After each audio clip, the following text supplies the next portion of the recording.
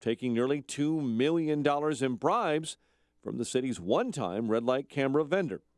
David Stewart reports from the Dirksen Federal Building. Federal prosecutors say John Bills, a longtime City Hall insider, took cash, vacation stays, sports tickets, and other favors to keep the city's red light camera business flowing to Redflex traffic systems in a scheme overseen by that company's CEO. Bills' attorney, Nishay Sanan, said Bills was a middleman and that much of the money went to higher-ups. I think Bills is taking the fall for the political machine.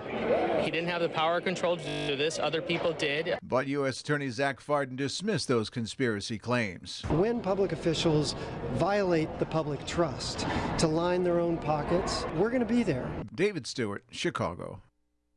A jury of 10 women and 2 men has been seated in the trial of a former Illinois prosecutor accused in the Valentine's Day 2006 death of his first wife. Curtis Lovelace, a former Adams County prosecutor and University of Illinois football player, has pleaded not guilty in the death of Corey Lovelace. Initial autopsies on the 38-year-old's body was inconclusive. Subsequent testing of the cremated body and new photographic evidence determined the mother of 4 died from suffocation. Chicago sports, Carolina ran away from the Blackhawks last night, 5-0. Hawks maybe had the Caribbean on the mind as they take an all-star break. Carolina wins 5-0. College hoops, the Huskies and the Zips are both now 16-4 in the MAC. Akron beat Northern Illinois 76-66 last night. Illinois State, a winner over Drake. Mikhail McIntosh had 4 3-pointers and 25 in the Redbirds' win. The news, a service of the Patient Innovation Center. Time is running out. The federal deadline to enroll for health insurance is this weekend. Patient Innovation Center is hosting 3 free late-night enrollment events. To help you sign up and avoid a big fine, visit pickcares.com. To find a free event near you, that's PICcares.com. A check of traffic and weather on the way next on AM 560. Dennis Prager gives an overview of the shift in American politics. There is really no symmetry. There's no mirror image here. To a large extent, the Republicans have essentially the view of the world that John F. Kennedy had, who was a liberal Democrat. And now a man who was a lifelong socialist may get the nomination, or at least is extremely popular among Democrats. The Dennis Prager Show. Weekdays at 11, right before Sean Hannity at 2 on AM 560. The Answer. I just took Balance of Nature for the first time. You guys are awesome. God bless you. I have CIDP. It's helped me with my balance. It's helped clear up my skin condition.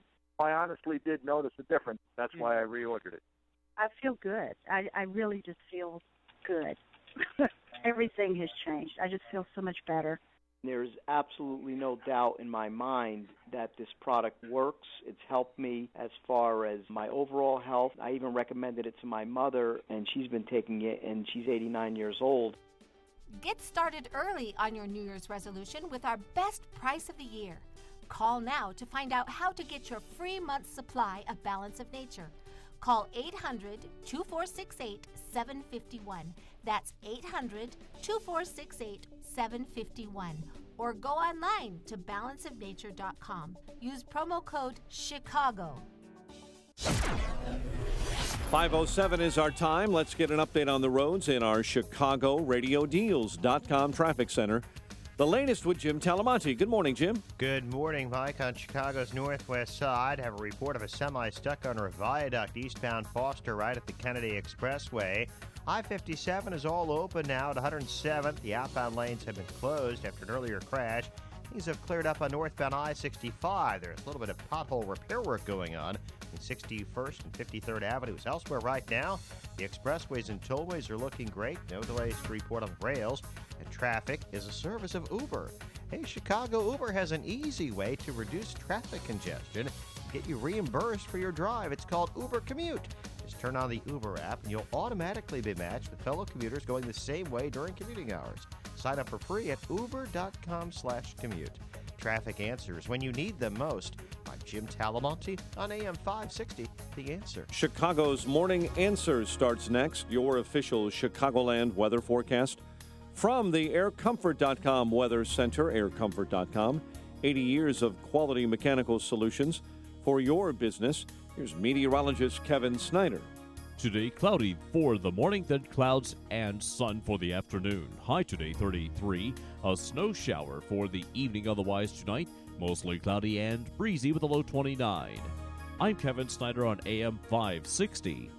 The Answer. 31 at O'Hare, 33 along the lakefront. Next news coming up at 5:30. Chicago's Morning Answer with Dan and Amy starts now on AM 560. The Answer.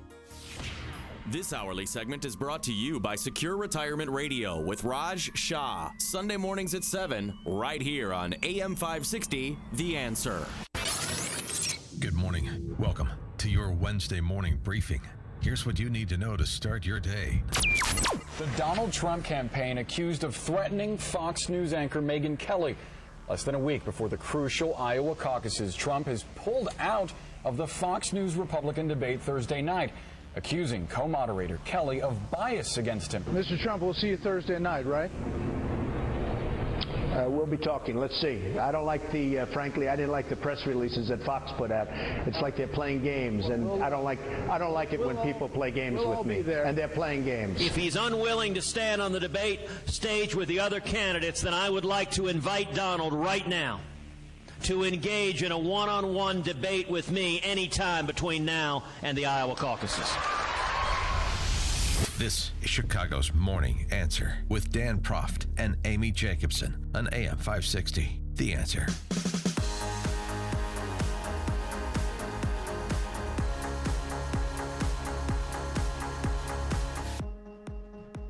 Good morning, Dan and Amy. Well, we got a lot to cover today. We've got the Fox News Channel debate tomorrow, Fox Google debate tomorrow.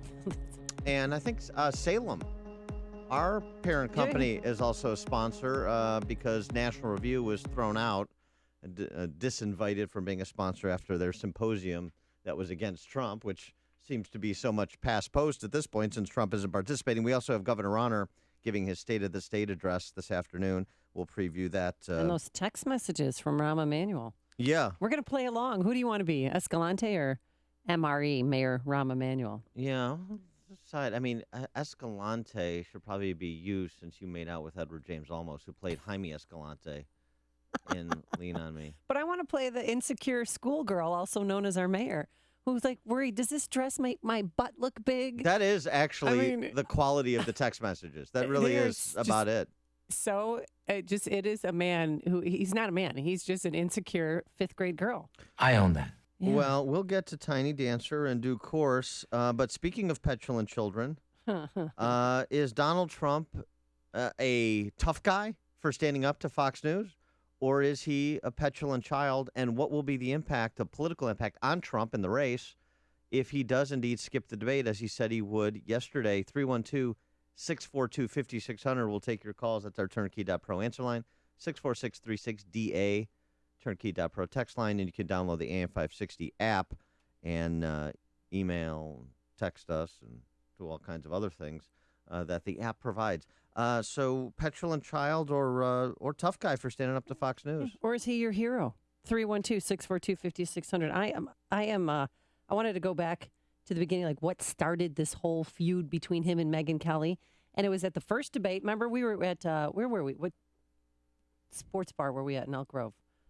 Oh, think back in time. I don't remember. I remember when many sports bars in my past. So many debates, but it was the very first debate, and Megyn Kelly asked him about his treatment of women. Mr. Trump, one of the things people love about you is you speak your mind and you don't use a politician's filter.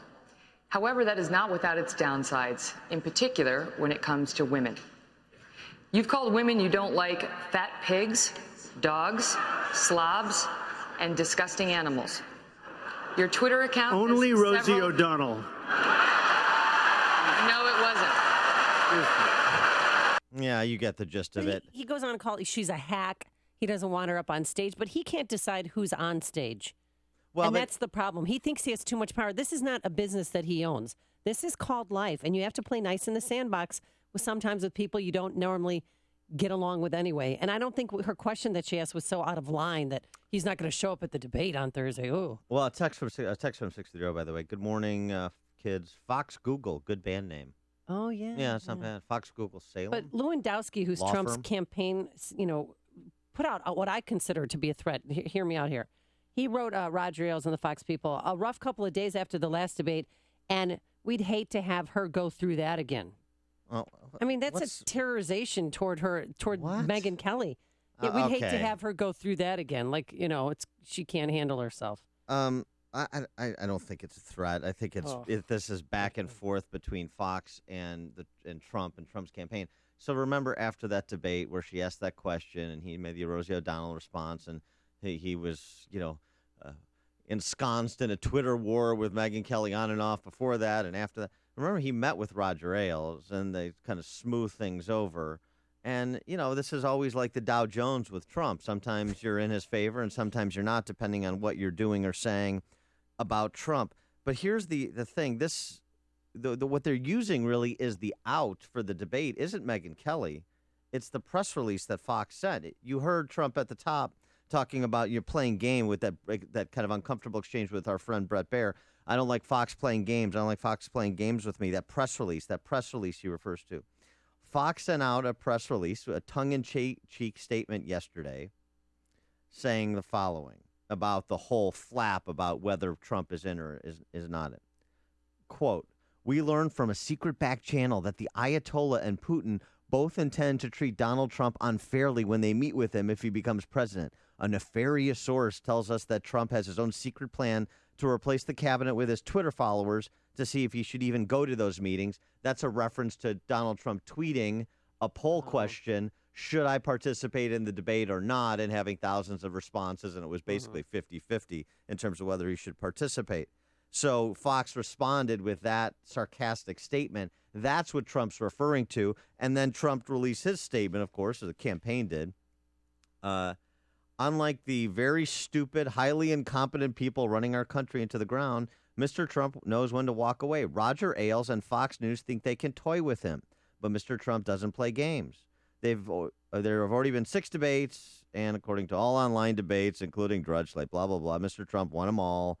Whereas he has always been a job creator and not a debater. He truly enjoys the debating process, and it's been very good to him.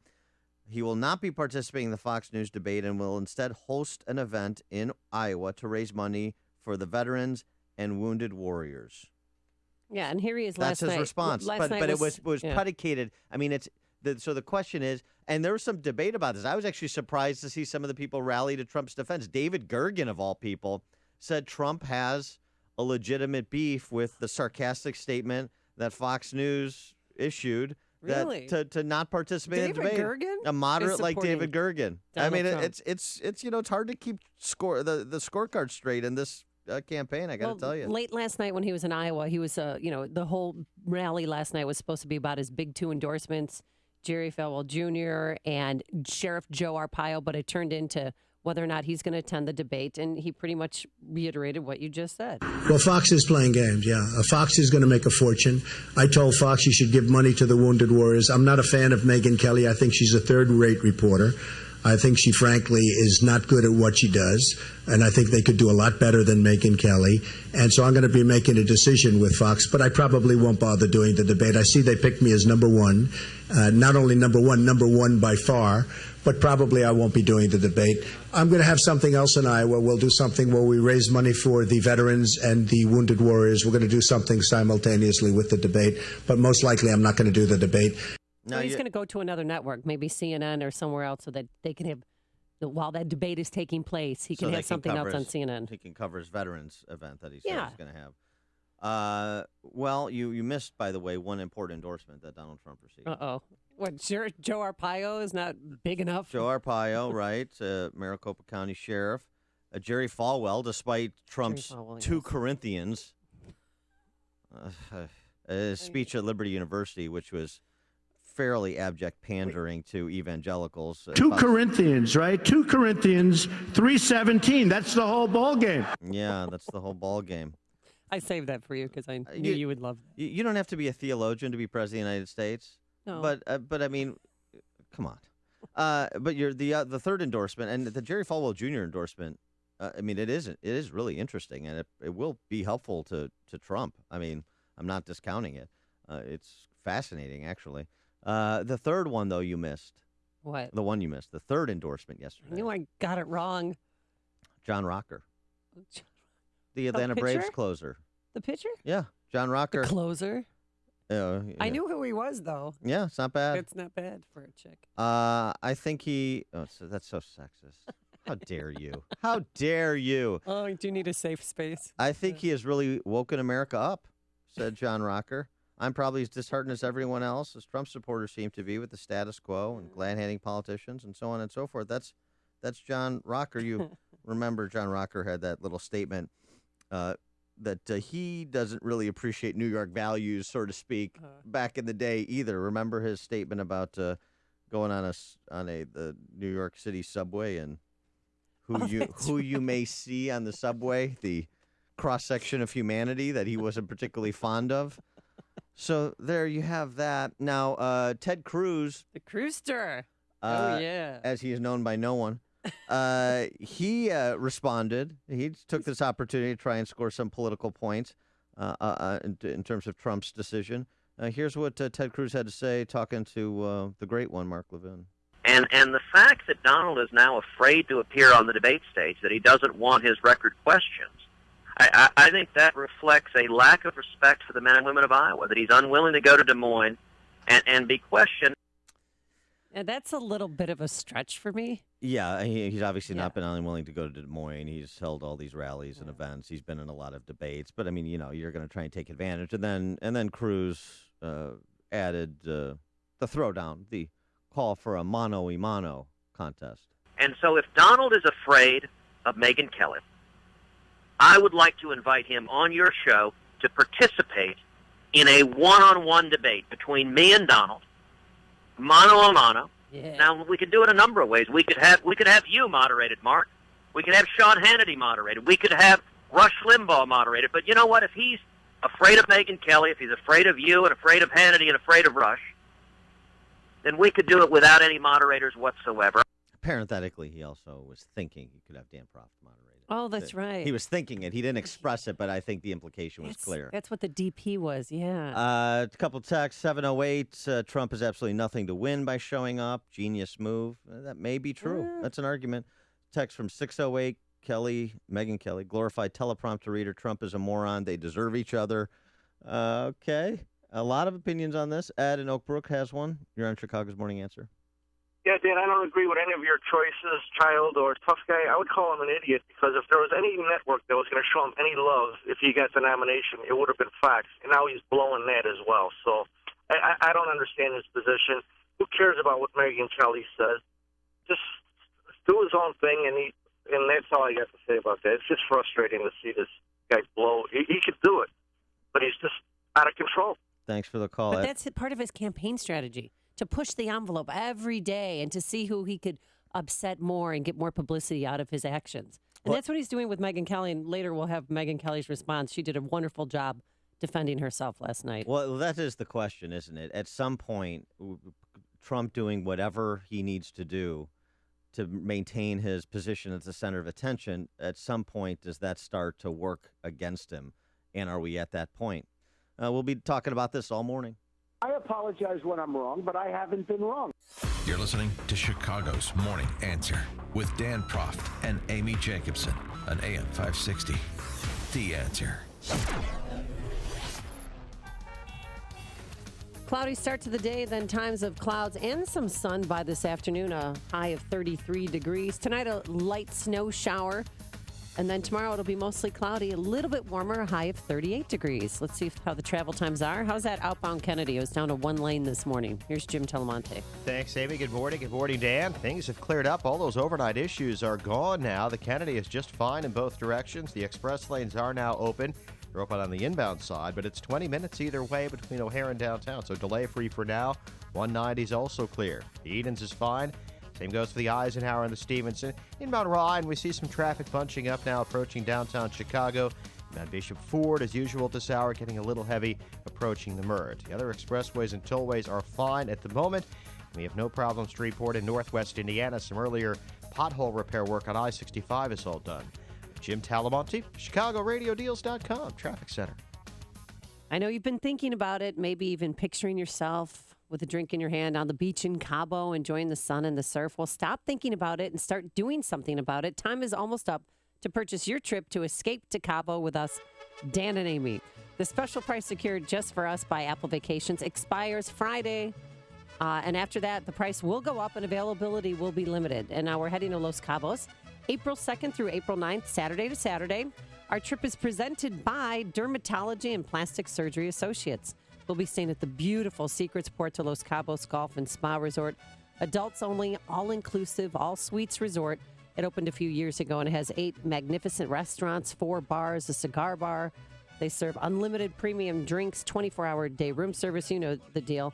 Now the resort has 2 sparkling pools and 3 miles of pristine beaches. And adjacent to the resort are 2 9-hole golf courses designed by Jack Nicklaus and Greg Norman. So join us in Cabo, get more information, and book your trip today. Visit 560theanswer.com, keyword escape.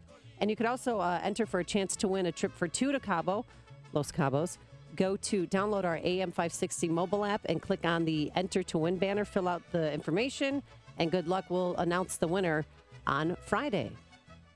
On AM 560 The Answer, we talk about the important issues that affect your world. Things like the economy, education, and foreign policy. There's always so much going on in the news that we don't always have the time to drill down and talk about the big ideas behind the big issues. That's where Upstream Ideas comes in. Upstream Ideas, online at upstream-ideas.com, in partnership with the Illinois Policy Institute, provides the kind of information that informs the policy discussions happening here on AM 560. At Upstream Ideas, you'll broaden the debate, move beyond partisan assumptions, and challenge accepted orthodoxies. In other words, Upstream Ideas goes against the current and thinks upstream. Go online now to upstream-ideas.com. That's upstream-ideas.com. You'll be armed with new information and fresh perspectives to spur you on to make the state of Illinois and the United States of America a bit more free, a bit more just, and a bit more civilized. Upstream-ideas.com. Being trained for a medical emergency in your workplace can save a life. Shh. Analyzing. Shock advised. Stay clear of patient. Press the flashing orange button now. Thanks to technology and training from Lifesavers Health and Safety Training, tragedy can be avoided. Shock delivered. She's breathing. Thanks to this well-trained employee, a life was saved. A well-trained workplace safety team can be the difference between life and death. In as little as 4 minutes, brain damage begins. It takes an average of 7 to 10 minutes for an emergency response team to arrive. Lifesavers Health and Safety Training prepares your team with American Red Cross certified CPR, first aid, and defibrillator classes. At your facility, you'll gain the skills and confidence necessary to respond to life-threatening situations. Call Lifesavers Health and Safety Training at 847-571-7981 or visit lifesavers-training.com. 847-571-7981. AM 560, The Answer. Dan and Amy. So the other thing about this debate, Amy. Yeah. Rand Paul's in. He's back on the main stage. We should mention that. And Jim Gilmore. I know. I saw Gilmore up there. It's like there needs some filler in that undercard debate, so they're bringing Jim Gilmore, the former Virginia governor, who's only been, I think, in one debate up until this point, one undercard debate. He's back. But he has hashtags for poll numbers. But okay, I guess if they have to fill the slot, I mean, why not? But Megyn Kelly last night, of course, on her show, she addressed this issue because everybody wants to know what she thinks of this all and this unfair. He's targeting her for no reason whatsoever. He's just trying to make noise, and she's handling it very well. Trump is not used to not controlling things as the chief executive of a large organization, but the truth is, he doesn't get to control the media. And while he's made his position clear about me after that first debate, Roger Ailes made his position clear too. And, you know, when Trump started it up again this past Saturday and then resumed it again and again and again and again, he was told repeatedly, our debate team is settled. The debate will go on with or without Mr. Trump. Yeah. Panel set. Yeah. Here's the thing, Megyn Kelly. I would take issue with something Megyn Kelly said. He doesn't get to control the media. No, he doesn't. But he sure gets to manipulate them. And he has manipulated the Washington Press Corps, including the Fox News component of the Washington Press Corps, from day one, which is why he is in the position he's in. CNN poll, national numbers, 41%. First time he's topped the 40% mark in CNN polling. Now that's nationally. He's still in a dogfight with Ted Cruz in Iowa, and these things can change quickly as they have in the past.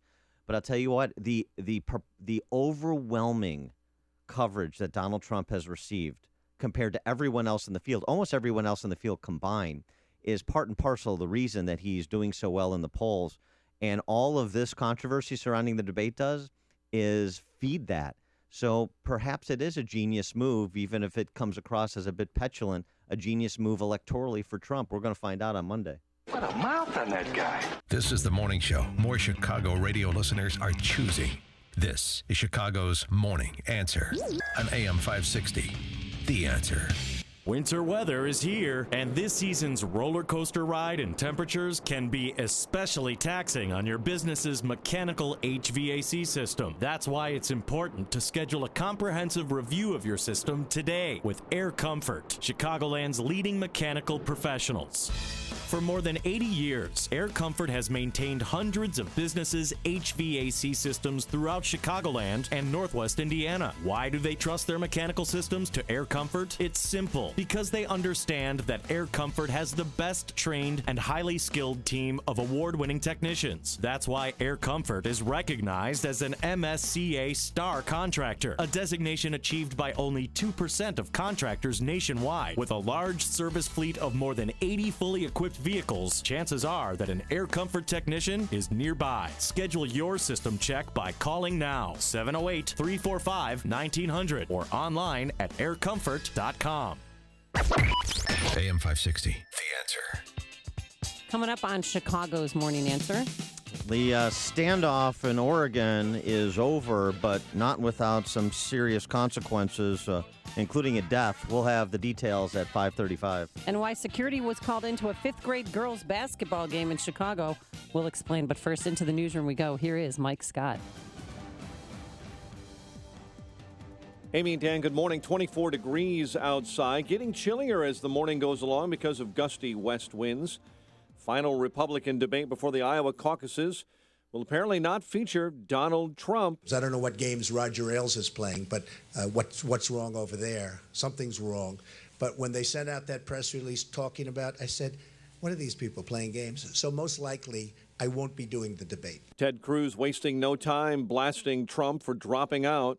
You know, I promise you, anyone who's going to be president of the United States, if you're afraid of Megyn Kelly, then you're going to be afraid of Hillary Clinton, and you're going to be afraid of Vladimir Putin. Cruz restated his offer to meet Trump one-on-one anytime ahead of the Iowa caucuses. One person is dead, a half dozen in custody after anti-government protesters apparently exchanged gunfire with law enforcement officers in eastern Oregon. The FBI and Oregon State Police say they traded shots with protesters during a traffic stop yesterday afternoon. The father of protest leaders, Eamon and Ryan Bundy, say the two called their mother to explain what happened. Eamon, from the back of the police car, called her and told her that they had been arrested, that my son Ryan had been shot in the arm, and that Lavoy Finnegan was murdered, a cold-blooded murder. Cliven Bundy tells Fox News the person who was killed was militia spokesperson Lavoy Finnegan, and that he had his hands up when he was shot. A second teen in Tennessee this morning is dead after drinking Mountain Dew laced with racing fuel. 16-year-old Logan Stevenson was found dead in his bed last Thursday. Minutes later, authorities were called to his best friend home, who was having seizures. Police say that second boy has now died. Cleveland police union leaders expect the firings and suspensions of 12 officers to be overturned on appeal. Steve Loomis calls the firings an injustice. This is politics 101. We see it across the country. We certainly see it here in Cleveland. They put a hat together and just started pulling names out of the hat until they got to the number that they thought was going to be good enough to appease a certain segment of society. The officers received punishment for their roles in a 2012 police chase that killed an unarmed African-American couple. Chicago police are investigating the shooting death of a elderly South Side man. Authorities say the body of Claude Cannon was discovered yesterday near the back door of the home he shared with his brother. 3 presidential candidates do not yet have a clear path to the Illinois primary ballot, because of pending objections. Signatures on Democrat Hillary Clinton's nominating petitions are being challenged, and the candidacies of Republicans Marco Rubio and Ted Cruz are being challenged in Illinois over questions of their qualifications as natural-born citizens. Election officials say it's possible early voting will be delayed until mid-February if those objections are not resolved this week. And the entertainment industry this morning is mourning the loss of actor Abe Vigoda. Vigoda, best known for playing Sergeant Phil Fish, the 70s sitcom Barney Miller, and the spin-off series Fish as well on the big screen. Vigoda played Sal Tessio in The Godfather, and my favorite role, Chief Toby in Joe versus the Volcano. Vigoda was 94. Chicago sports. Carolina whacked up the Blackhawks pretty hard last night, 5-0. Hawks were concentrating on the time off the upcoming NHL All-Star Game will provide. Akron beat Northern Illinois in college hoops, while Illinois State dumped Drake. The news service of the Patient Innovation Center. Time is running out. The federal deadline to enroll for health insurance is this weekend. Patient Innovation Center is hosting free late-night enrollment events across the state to help you sign up and avoid the big fine. Visit pickcares.com to find a free event near you. That's pickcares.com. 5:34 and a check of traffic and weather on the way next on AM 560. Sean Hannity doesn't see a problem with the Republican frontrunners. It's Trump 1, it's Cruz 2. That would mean that the Republicans will nominate somebody that the establishment hates. In other words, it'll be an insurgency candidate. And that's something that should excite anybody that is fed up with how poorly and how badly Washington Republicans have performed in recent years. The Sean Hannity Show. Afternoons at 2, right before Joe Walsh at 5 on AM 560. The Answer. Hi, I'm Brendan Burchard. Some people call me the world's highest paid motivational trainer, and some people call me crazy because I've just authorized a nationwide giveaway of my recent New York Times bestseller, The Motivation Manifesto. In the next 24 hours, I want to give away as many free books as possible. To get your hardcover copy, call 1-800-600-7769 or go to motivationbook.com. If you want to reach your true potential, personally, professionally, or financially, you need this book. You'll discover how to stop feeling tired and overwhelmed, identify the major enemies keeping you from living your dreams, and learn the secrets to defeating them. I'll teach you my proven strategies to start attaining the levels of drive and personal success you're craving. Financial freedom, emotional freedom, time freedom. Due to high demand, I can only offer one free book per household. To get your free book while supplies last, call now. 1-800-600-7769. That's 1-800-600-7769. Or go to motivationbook.com. Remember when people used to wash stuff by hand, like clothes and dishes? Or how about this one? Remember when you had to wash your CPAP system by hand? Wait, you still wash your CPAP by hand? Boy, have we got to catch you up. Listen, SoClean.com has created the world's first and only automated CPAP cleaner and sanitizer. It's faster, more sanitary, and a heck of a lot easier than whatever you're doing. And for a limited time, you can try it at home risk-free for 30 days. You better get on this. Just call 1-800-551-8505. SoClean is completely automated and hands-free. It destroys 99.9% of all CPAP germs. Clean your CPAP system in minutes with no water or hassle. Talk about life-changing. Now, remember when you called for your in-home trial from SoClean.com? Wait, you still haven't called? Here's the number again. It's a limited-time offer, so don't wait. Call 1-800-551-8505. 1-800-551-8505. In our ChicagoRadioDeals.com traffic center, let's get the latest with Jim Talamonte. Thanks, Mike. On Chicago's northwest side, there's a truck stuck under a viaduct on eastbound Foster right near the Kennedy Expressway. Inbound Bishop Ford now has mild delays from Cottage Grove to the merge, 16 minutes, 80-94 to the Ryan. Inbound Ryan has slowed traffic from Cermak to the Burns Circle downtown. It's 18 minutes from 95th to downtown Chicago. The other expressways and tollways for now are looking good. Traffic is a service of Whole Foods Market. Save today at your local Whole Foods Market. Organic whole trade bell peppers for just $2.99 per pound. And get 5 avocados for just $5. Visit Whole Foods Market, America's healthiest grocery store. Traffic answers when you need them most. I'm Jim Talamonte, AM 560, The Answer. Chicago's Morning Answer continues next. Your official Chicagoland weather forecast From the AirComfort.com Weather Center, 80 years of quality mechanical solutions for your business. Cloudy this morning, then times of clouds and sun this afternoon. A high near 33, 26 at O'Hare, 28 along Chicago's lakefront. Your next news update is at 6. Chicago's Morning Answer with Dan and Amy continues next on AM 560, The Answer.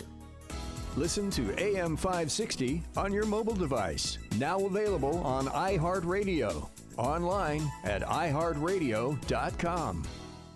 Hey, Joe Walsh here. Listen to Freedom any time of any day. Go to walshfreedom.com/podcast. Freedom returns at 5. Dan and Amy, so this, I don't know, a standoff. It really hasn't been a standoff. It's been rather quiet. Ammon Bundy, or Ammo Bundy, as I like to call him. Yes. And his colleagues and the Citizens for Constitutional Freedom, as they called themselves, who seized this Oregon Wildlife Refuge January 2nd in protest of Federal Bureau of Land Management treatment of ranchers, as well as the, I think, arguably undue prison sentences imposed on 2 ranchers under some dubious conditions. Well, yesterday, Bundy and some of his colleagues were traveling from the wildlife refuge to a town hall in John Day, Oregon, to talk with community members, because there's a lot of, apparently in the county this is all occurring, there's a lot of members of the community that sympathize with the Bundy position and his other occupiers, if you will. Yeah, they sympathize with their movement. And apparently but they also have some problems with the tactics, because they were concerned violence would erupt. But they normally go to town hall, kind of like town hall gatherings to talk about their cause and what they're doing. Well, because they've been, there for 3 weeks, and they often leave to go and speak with people. Well, it's funny. We talked to Keith Nance, who is an Oregon rancher, yesterday about this. He's there. We talked about the substance of the underlying issues of how the federal government treats ranchers and the problems you have trying to run a successful ranching business, successful food production business, which is what we're really talking about. When the government owns 50% of the land, like it does in Oregon, and you have to lease land from the government, and they're changing the rules midstream, and just the difficulties and, to some extent, the lack of respect that ranchers are afforded by the government. Very compelling. And he said the same thing. He kind of I sympathize with what the Bundys are trying to say. I don't necessarily agree with the tactics, perhaps the same concern. And he had suggested that he had heard that somebody left the refuge, and, kind of police don't want to have a Waco situation at the refuge, so they wait for them to come out and then pick them off when they come out. And that's exactly what happened yesterday. Bundy and 7 others traveling to this community meeting that was to be held, where they were going to speak and engage the community. They were picked up in a traffic stop. Yeah, on U.S. Highway 395. And it was, it was still light out. I was having at 4:30 their time in the late afternoon. Yeah, so the FBI, Oregon State Police, arrested Bundy and his brother Ryan and 7 others. 3 other people were arrested separately. And then this is... Yeah, one in Arizona. One turned himself in Peoria, Arizona. Yeah, so this is where it gets hazy. Another man who was described as the subject of a federal probable cause arrest, and that's all the details I've seen, was killed in a shootout with authorities. So there were shots fired at this traffic stop, and one man, a 55-year-old man named Robert Finicum, was killed. And there's not a lot of detail about what exactly precipitated the shootout. Yeah, who fired first. They're very hush-hush about this. But I can tell you that Robert Finicum is the Oregon militia spokesman. And believe it or not, his nickname is Tarp Man, because he would give interviews while under a tarp with a gun on his lap. And he was the spokesperson for this group. So we don't know if he fired first. There are reports of the Oregonian paper saying that he told reporters that he will die before he ever goes to prison. Spokesman who's still at the refuge. There are still members of this group, Citizens for Constitutional Freedom, at the refuge. Oh, they haven't kicked them out? Wow. Well, who's going to kick them out? That's the whole point, is they were waiting for them to come out. So a supporter, or one of these members, the members of this group, Jason Patrick, this is according to the New York Times piece, said several people still inside, and the mood was, quote, prepared but calm. He added, they said peaceful resolution, but now there's a dead cowboy. And he added that he believes the FBI is, quote, hell-bent on war. Well, the charge, I mean, what they were charged with. Felony charge of conspiracy to impede officers of the United States from discharging their official duties through the use of force, intimidation, or threats. Yeah, I mean, look, Bundy and his fellow travelers kind of knew they were operating in contravention of federal law. I think there are legitimate underlying issues, but it's just difficult to comment on without knowing what exactly happened at that traffic stop. Bundy said at the beginning that there was no interest in violence, but they would defend themselves. So there was these kind of couched statements, right? I mean, you always provide yourself leave to defend yourself, but when you're talking about you're occupying property that you arguably don't have a right to be on, even though it's public property, but occupying it to the exclusion of the federal government is problematic legally. And then you're talking about self-defense, but you're talking about self-defense in the context of federal law enforcement and state law enforcement for that matter. You know, it creates a tense situation. And so I think law enforcement was right to resist the temptation because there was nothing happening. There was no there was no crimes being committed, certainly not of a violent nature, other than what you could say trespass. And so to kind of wait them out, and then what precipitated this shootout, and was it legitimate for the police to engage? I mean, these are questions we just don't know the answers to at this point, at least not according to any of the news reports I've read. Well, according to the Oregonian paper, I'm probably butchering that name, Finicum, received some fines from the Bureau of Land Management in 2014 for grazing his cattle on federal land. And then Finicum was upset because he claims that the government took away his 4 foster children as a result of pressure from the feds. So that's when he decided to join this movement, 100%. And he said that, again, he would rather die than go to prison. Well, here's the thing, too. This is a buildup, right? 2014, Ammon and Ryan Bundy's father, Cliven Bundy, there was the standoff between armed local activists and federal officials that were seeking to confiscate cattle grazing illegally on federal land in Nevada. And, there's a dispute about whether that cattle grazing was illegal. We've seen the pictures of the weaponized Bureau of Land Management, which inspires a lot of questions, at least it does for me. So it's always this issue of, do they have a point? Do they have some legitimate grievances? Perhaps. All the individual stories of the members of this group, I don't know. They've been verified. There's one perspective. I'm sure there's a government perspective on it, too. But I think the conversation we had yesterday with Keith Nance, the rancher in Oregon, about the policy choices the federal government is making and how that impacts people's ability to run their businesses, the larger discussion of why the federal government owns as much land as it does in the western part of this country, those are all good discussions. Now, when you get into tactics like seizing this refuge and to perhaps not being willing to relinquish it until there's enough pressure from the community, which is essentially what Bundy said. Ammo Bundy said from the beginning, if community members don't want us here, we'll leave. And, it seems to be there maybe was divided opinion on that. But it's just unfortunate that it ended this way, or at least so far, because you still have people in that refuge. But the thing is, too, who fired the shots first? And I mean, was it overzealous federal agents, FBI agents who had enough?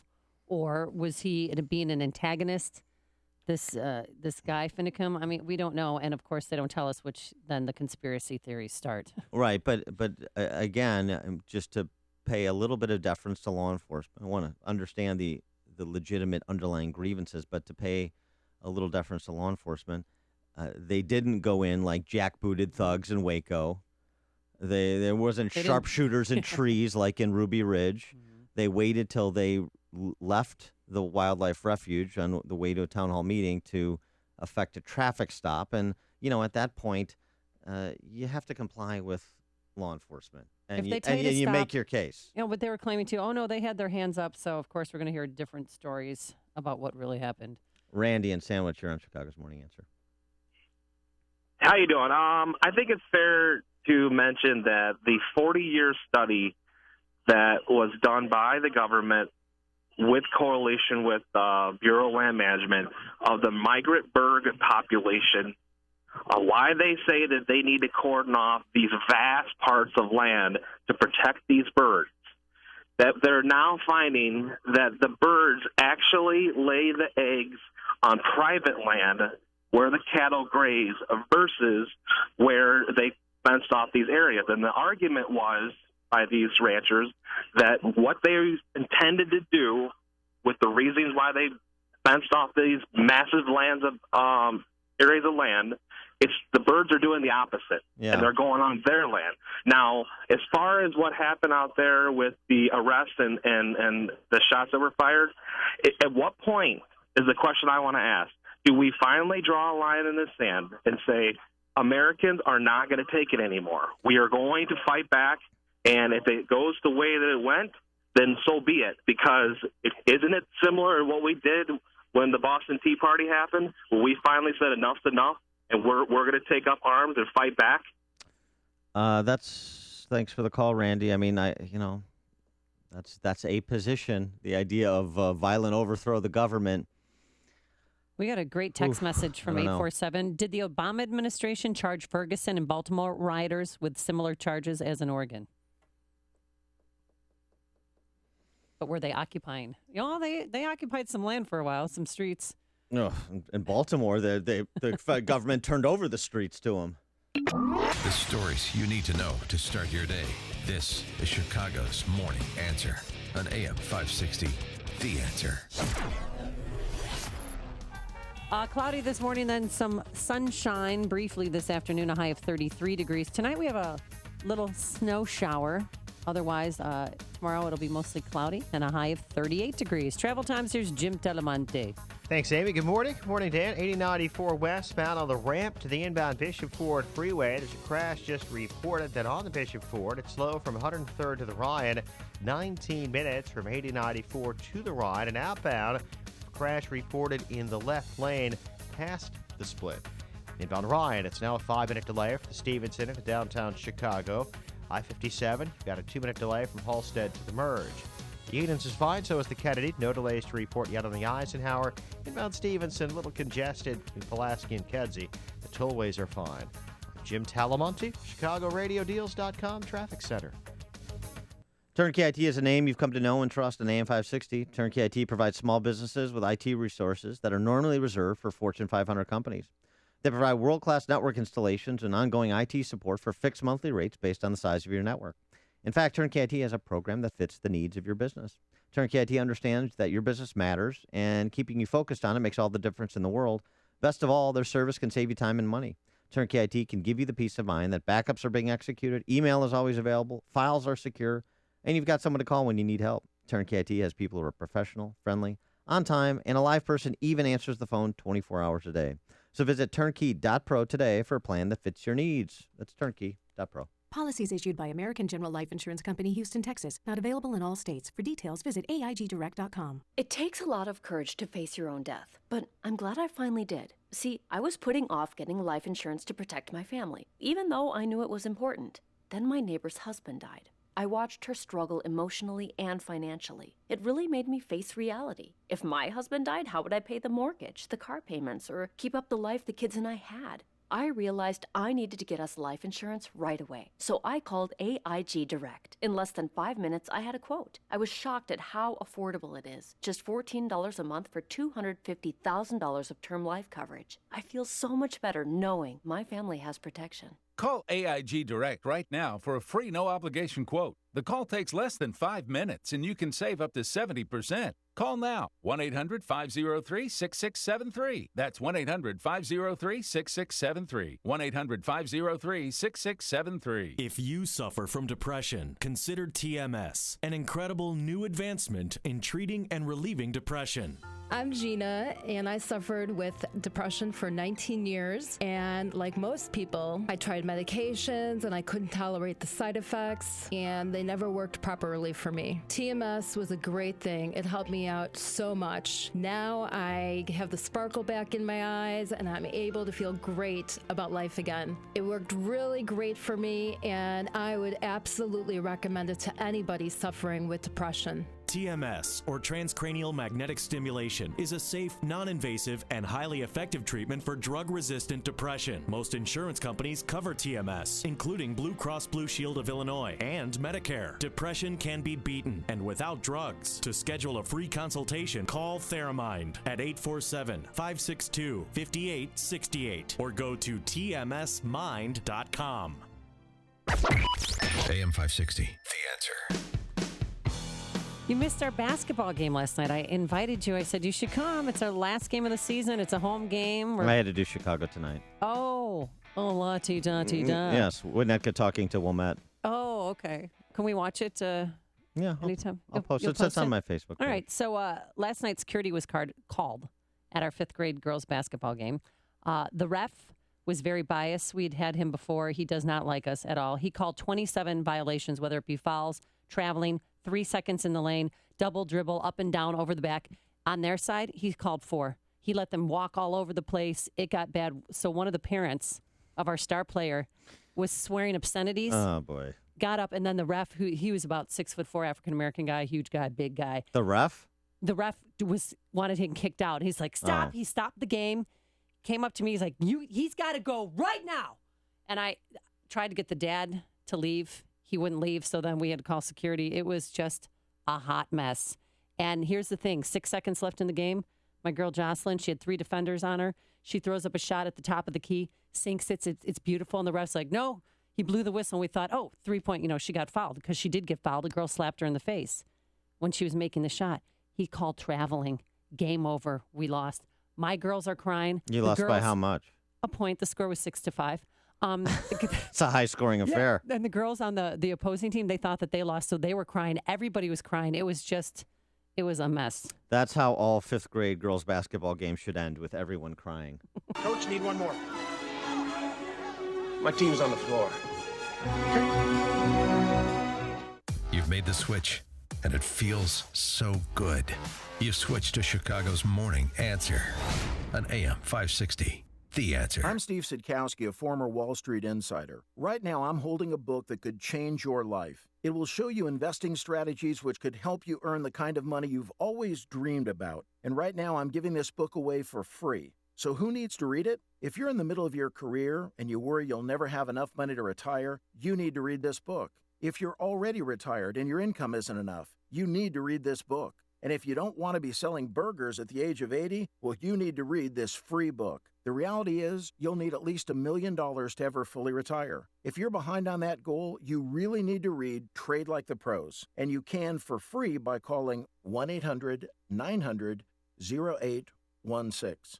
Are you skeptical that it will deliver results? It's a free book, so what do you have to lose? Find out how at 1-800-900-0816. That's 1-800-900-0816. 1-800-900-0816. It's time for a little R&R, courtesy of ChicagoRadioDeals.com. Escape to Wisconsin with the overnight stay package for the beautiful Schuster Mansion Bed and Breakfast in Milwaukee. Spend the night in Molly's room, their 2-room luxury suite with a private bath and concierge service. It includes breakfast in the Victorian dining room and fresh chocolate chip cookies, yours for only $79 a couple. It's a $169 value. Hey, you need to stay closer to home but want a night out? Laugh out loud and be a part of the show at Comedy Sports Improv. Tickets are normally $44 a pair, but you'll find them at ChicagoRadioDeals.com for only $22. Be sure to get your car ready for that special night out with a new deal from Fuller's Car Wash of Elk Grove Village.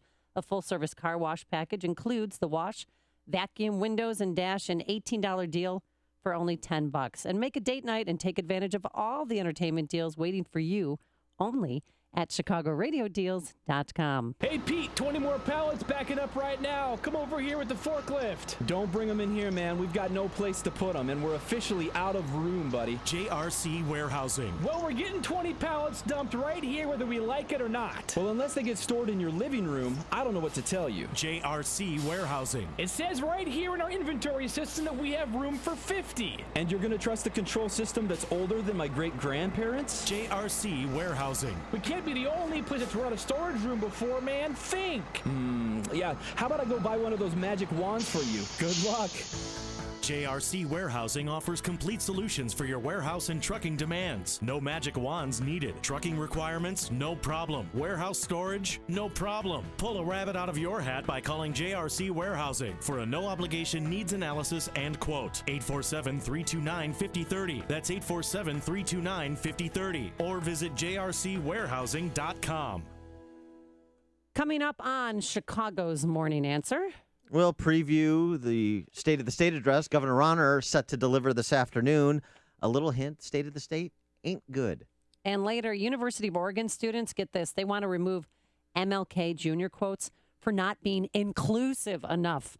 But first, let's go back into the newsroom. Here is Mike Scott. Amy and Dan, the stories we're watching for you include an update on Governor Rauner giving his second State of the State address. An ex-city official convicted in that red light camera trial.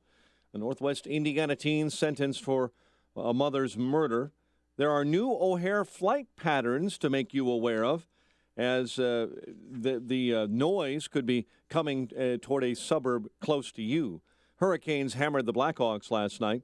Complete look at weather after Fox News, WIND, Chicago News Time, 6 o'clock.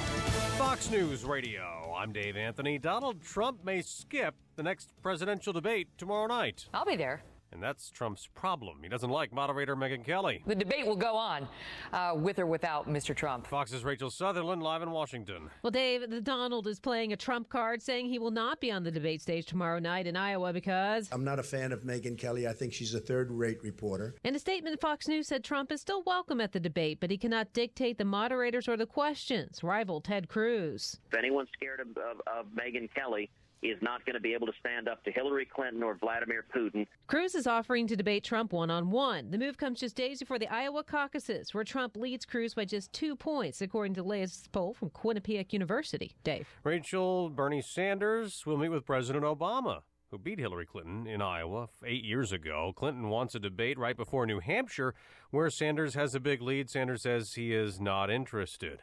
A traffic stop turned into a shootout that may end the standoff at an Oregon Federal Wildlife Refuge. We got a federal government that should not even be there. They should have no jurisdiction authority there, and now we got them killing people. That's Cliven Bundy. His son Ammon was vocal in the standoff and is among 8 arrested, and he claims Lavoy Finicum, a spokesman during the standoff, was shot and killed with his hands up. The FBI says otherwise, that Finicum pulled out a weapon. They were all arrested on a highway on their way to a community meeting in a nearby town.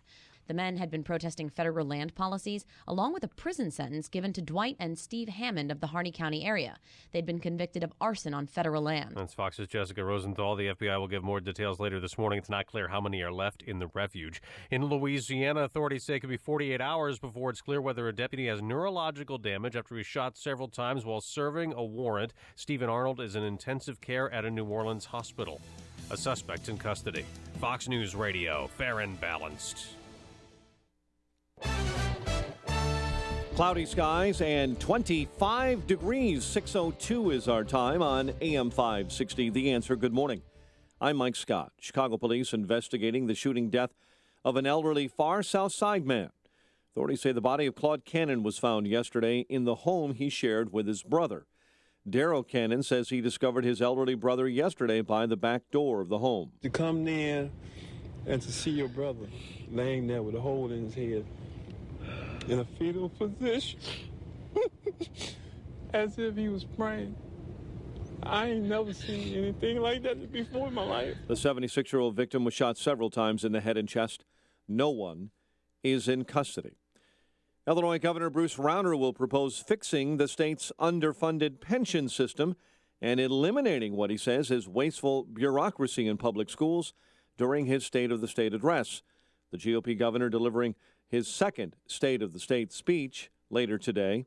The leaders of some state social service agencies are hoping Governor Rauner's address includes some plan for paying them so they can start delivering for their clients, as AM 560's David Stewart reports. A group of 200 agencies calling themselves the Responsible Budget Coalition says that Rauner's failure to pass a budget is hurting people in need. Mark Studrud of the Lutheran Social Services says that agencies like his have stopped serving the poor, the disabled, and the elderly because they haven't been paid by the state. Because of that definition of not being essential, not being critical, the government has not paid, the state has not paid for these services. I can't think of any more at-risk individuals. Rauner's blamed the Democrats for failing to agree to the anti-union pro-business reforms that he has linked to a budget deal. David Stewart, Chicago. A federal jury has convicted a former Chicago official for taking bribes to steer $100 million in red light camera contracts to a Phoenix company.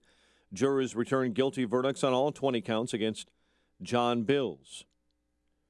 A trial is on tap this week for a Melrose Park man accused of illegally helping himself to more than a few beers. 48-year-old Thomas Gibbons is accused of using a rented truck 3 years ago to make off with pallets loaded with about 45,000. Do you really think that you're a better moderator than I am? No, I could never beat you. That wouldn't even be close. There would be no contest. You have done a great job, by the way. I mean it. Thank you. I'm glad we cleared that up. Gibbons then allegedly stashed that stolen beer in a warehouse in Bensonville, where police recently discovered it. Chicago sports, Carolina beat the Blackhawks 5-0. College hoops, Akron over Northern Illinois. Illinois State top Drake. The news, a service of the Patient Innovation Center. The federal deadline to enroll for health insurance is this weekend. Patient Innovation Center is hosting free late-night enrollment events across the state. To help you sign up and avoid a big fine, pickcares.com to find a free event near you, pickcares.com. A check of traffic and weather on the way next on AM 560. I believe in the Second Amendment. It's there written on the paper. It's over there on that piece of paper. The Joe Walsh Show. The guy doesn't give a damn about the Second Amendment. He can't even say the word Constitution. He can't even say it's right there in the Bill of Rights. It's right there in the United States Constitution. This son of a gun can't even say that. The Joe Walsh Show. Weeknights starting at 5. Right after Sean Hannity at 2 on AM 560. The Answer. Imagine your life 5 years from now. Are you on the path you want to be on? It's time to take control of your future by getting a world-class education from one of the nation's top universities. Arizona State University is now offering over 100 top-tier degree programs 100% online. It's the exact same degree our on-campus students receive, but you can learn from anywhere in the country on your own schedule. For information, call 1-800-577-6026. Learn from ASU's world-renowned faculty and use ASU's global recognition to improve your visibility, professional network, and gain real-world experience you can start using today. The Wall Street Journal ranked ASU 5th in the nation for producing the best qualified graduates. Now discover how ASU Online can stand out on your resume and help separate you from the competition. We're ready to help you learn to thrive in your life, in your career, and beyond. To learn more about ASU online degrees, call 1-800-577-6026. That's 1-800-577-6026. Control, this is QL1. Side hatch is secure. QL1, this is Control. We copy, showing normal cabin pressure. Over. Control, this is QL1. Do you like mortgages? That's a negative, QL1. Over. Control, do you like rockets? That's affirmative, QL1. Over. Do you like rocket mortgages? I'm listening. Over. Of course you are, Control. Everyone likes rockets. Control, Rocket Mortgage by Quicken Loans is the first on-demand mortgage machine that turns the entire mortgage process into a fast, powerful, completely online experience. Copy that, QL1. I'm gonna go ahead and push this button in. 3, 2, 1. Rocket Mortgage at QuickenLoans.com. Push button, get mortgage. Rocket. Visit for cost information and conditions. Equal housing lender. Licensed in all 50 states. NMLSConsumerAccess.org number 3030. 6:07 in our ChicagoRadioDeals.com traffic center. Here is Jim Talamonte. Thanks, Mike. The inbound Stevenson is jammed solid from the Ryan to Lakeshore Drive. A stalled car just cleared out of the left lane, but that stall combined with the ongoing construction in that area is made for an ugly mess. Before that, it's the usual delay from around Cicero to Kedzie. You're looking at about 46 minutes from 355 to Lakeshore Drive. Outbound, fine at 34. The Edens is clear. The Kennedy's still good, too. Inbound Eisenhower. It's congested between Manheim and Harlem. 32 minutes, Thorndale to downtown. Outbound fine at 29. The Ryan is 23 minutes now from 95th to downtown. I-57, 17 minutes. I-80 to the merge. Bishop Ford, 21. A crash before 159th just cleared. Tollways are good. Traffic service of Jewel Osco. Get set to score 4 and save more at Jewel Osco. Mix, match, and save $4 instantly when you buy 4 selected products, including Oscar Mayer bacon, Kraft cheese, Gatorade, and more. There's no limit on the ways you save. Traffic answers when you need them most. I'm Jim Talamonte on AM 560, The Answer. Chicago's Morning Answer continues next. Your official Chicagoland weather forecast from the AirComfort.com Weather Center. 80 years of quality mechanical solutions for your business. Here's meteorologist Kevin Snyder. Clouds today with some sun for the afternoon, high 33, then an evening snow shower, otherwise mostly cloudy and breezy tonight. Wind gusts up to 30 miles per hour, low 29. Tomorrow mostly cloudy with a high 38 and low clouds at night with a low 21. I'm Kevin Snyder on AM 560, The Answer. 26 at O'Hare, next news at 6:30, and Chicago's Morning Answer with Dan and Amy starts now on AM 560, The Answer. This hourly segment is brought to you by Papa Nicholas Coffee. Papa Nicholas Coffee, a family tradition since 1897. Good morning. Welcome to your Wednesday morning briefing. Here's what you need to know to start your day. The Donald Trump campaign accused of threatening Fox News anchor Megyn Kelly. Less than a week before the crucial Iowa caucuses, Trump has pulled out of the Fox News Republican debate Thursday night, accusing co-moderator Kelly of bias against him. Mr. Trump, we'll see you Thursday night, right? We'll be talking. Let's see. I don't like frankly, I didn't like the press releases that Fox put out. It's like they're playing games, and I don't like it when people play games with me. And they're playing games. If he's unwilling to stand on the debate stage with the other candidates, then I would like to invite Donald right now to engage in a one-on-one debate with me anytime between now and the Iowa caucuses. This is Chicago's Morning Answer with Dan Proft and Amy Jacobson on AM 560, The Answer.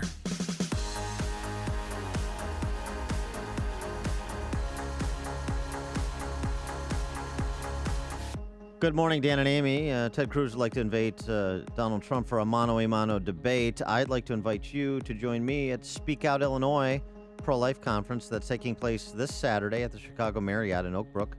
Meet with a coalition of pro-life and pro-family groups from across the state as you learn, network, and pray together for an end to abortion. For more information and to buy tickets, you can visit 560theanswer.com, 560theanswer.com, and search the keyword life. Speaking of the other side, passing over to the other side, Amy, I know you never saw the movie Godfather. It's the trilogy. It's on my list of movies to see. Well, Mike Scott mentioned it, but bears repeating that Abe Vigoda, better known as Sal Tessio, has passed, and this time it's real. This time it's no hoax. Remember, Abe Vigoda has reportedly been dead for the better part of the last 15 years, back and forth. But yeah, Matt Lauer is the one who reported that. And then Matt Lauer, they invited him to the Today Show, and then he anchored one segment for him just to prove that Abe Vigoda is really alive. I wonder how Matt Lauer feels today. Yeah, unfortunately, Sal Tessio, or Fish from Barney Miller. Oh, it was great. That's how I was introduced to him. I loved that show. Did you watch that show? I did. Good character actor. I learn more about you every day, Dan. Yes, it's just fascinating. The rich vicissitudes of Dan Proft. The Rich Vicissitudes. That's my band name. Rich Vicissitudes is a pretty good band name, actually. Thank you. So Governor Rauner is going to deliver his State of the State address this afternoon, and it's against the backdrop of some rather dour announcements yesterday. And I mentioned before, I was on Chicago Tonight last night with a representative from Lutheran Social Services of Illinois to talk about the impact that the inability of Illinois to pay its bills is having on those kind of frontline social service providers who provide core quality services to vulnerable people in this state, like Lutheran Social Services and so many others do. And how have they been affected, Lutheran? Well, they announced yesterday, I think it was yesterday, they're laying off 43% of their staff, almost 750 employees, and and they're also reducing some of their program offerings in the areas. Then they offer a wide expanse of programs. They're particularly known for foster care, but also addiction treatment, senior home health care services. So a lot of those services are being scaled back, particularly in the area of senior home health services, according to David Novak from Lutheran Social Services, who I appeared on the program with. And it's a disgrace. Illinois is in a disgraceful place. And, of course, the Democrats blame Republican Ronner for all the mess. Well, they do. The question is, do you, as you're watching what's happened in the 12 months that Bruce Rauner has been governor, is where the state finds itself.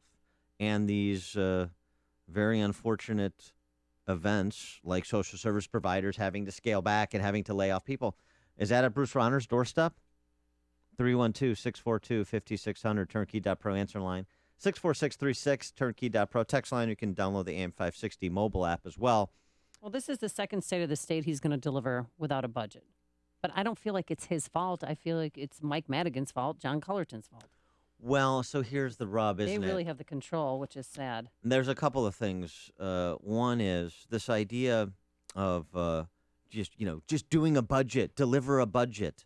Well, what Bruce Rauner has said is, I am not going to sign off on the unbalanced, unconstitutional budget that was promulgated by House Speaker Mike Madigan, unbalanced to the tune of $4 billion. And we haven't had budgets for 12 years when the Democrats had the governor's mansion as well as control of the General Assembly, the last 12. There hasn't been a single constitutionally balanced budget that's been inked. So they've been fairy tales, not budgets. So it's easy if you just want to kind of pretend that you're passing budgets to pass budgets, but the ends don't meet. Well, that's easy to do. And it's why we have, as a state, as I mention often, but it should be more widely known that it is, $214 billion in total debt and $30 billion in total assets. That's Illinois. 7-to-1 debt to assets ratio. And why do we keep spending money we don't have? And Mike Madigan and John Cullerton and Democrat mouthpieces want to blame that on Bruce Rauner, who's been here for 12 months. You don't run up that kind of debt in 12 months. This has been going on for generation after generation after generation.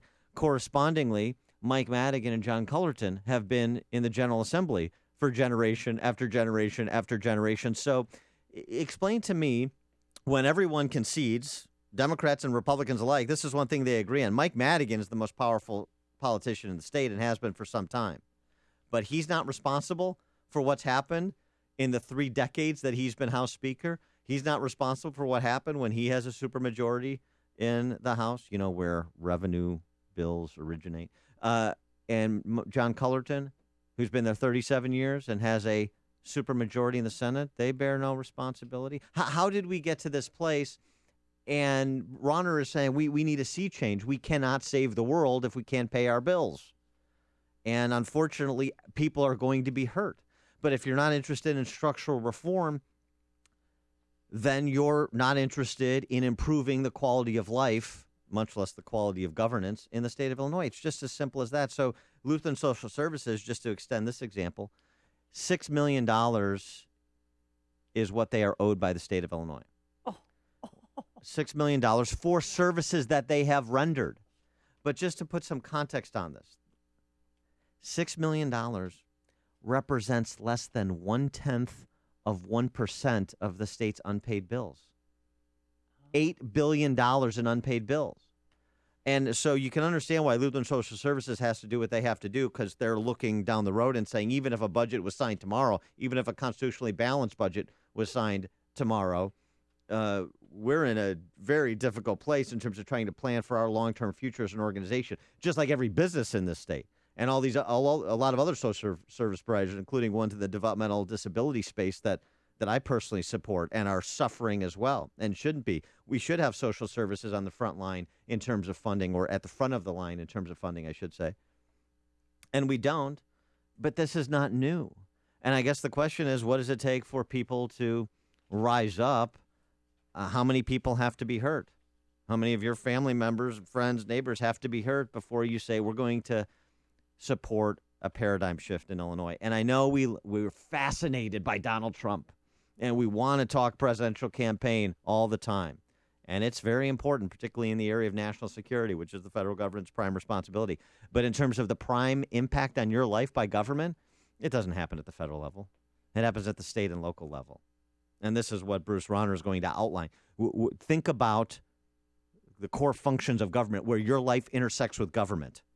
It's your municipal government, law enforcement, your schools, social service providers, particularly if you have, say, a family member with a developmental disability, even as it pertains to tax and spend policy, the investments that are made in your community, infrastructure, the offerings of programs, thinking about Illinois colleges and universities, where a lot of, and community colleges as well included in that, where a lot of families send their children. So, this idea you can kind of just blithely walk by what's happening at the local level and the state level and just focus on the latest bloviations from Donald Trump or the tete-a-tete between Trump and the Washington press corps and ignore what's happening in your backyard. You do that at your own peril, and we get the government we deserve in Illinois. So that's and by the way, just on this social service provider thing and kind of the blame game, before Bruce Rauner took office, before Bruce Rauner was ever on the scene, those numbers I just described, Illinois 51st out of 50 in providing services to the developmentally disabled, behind even the District of Columbia. Now we've shot all the way up to 47th. So when you hear politicians, both parties, say, I'm going to Springfield to provide for the truly vulnerable. No, they're not. They are not, because they haven't.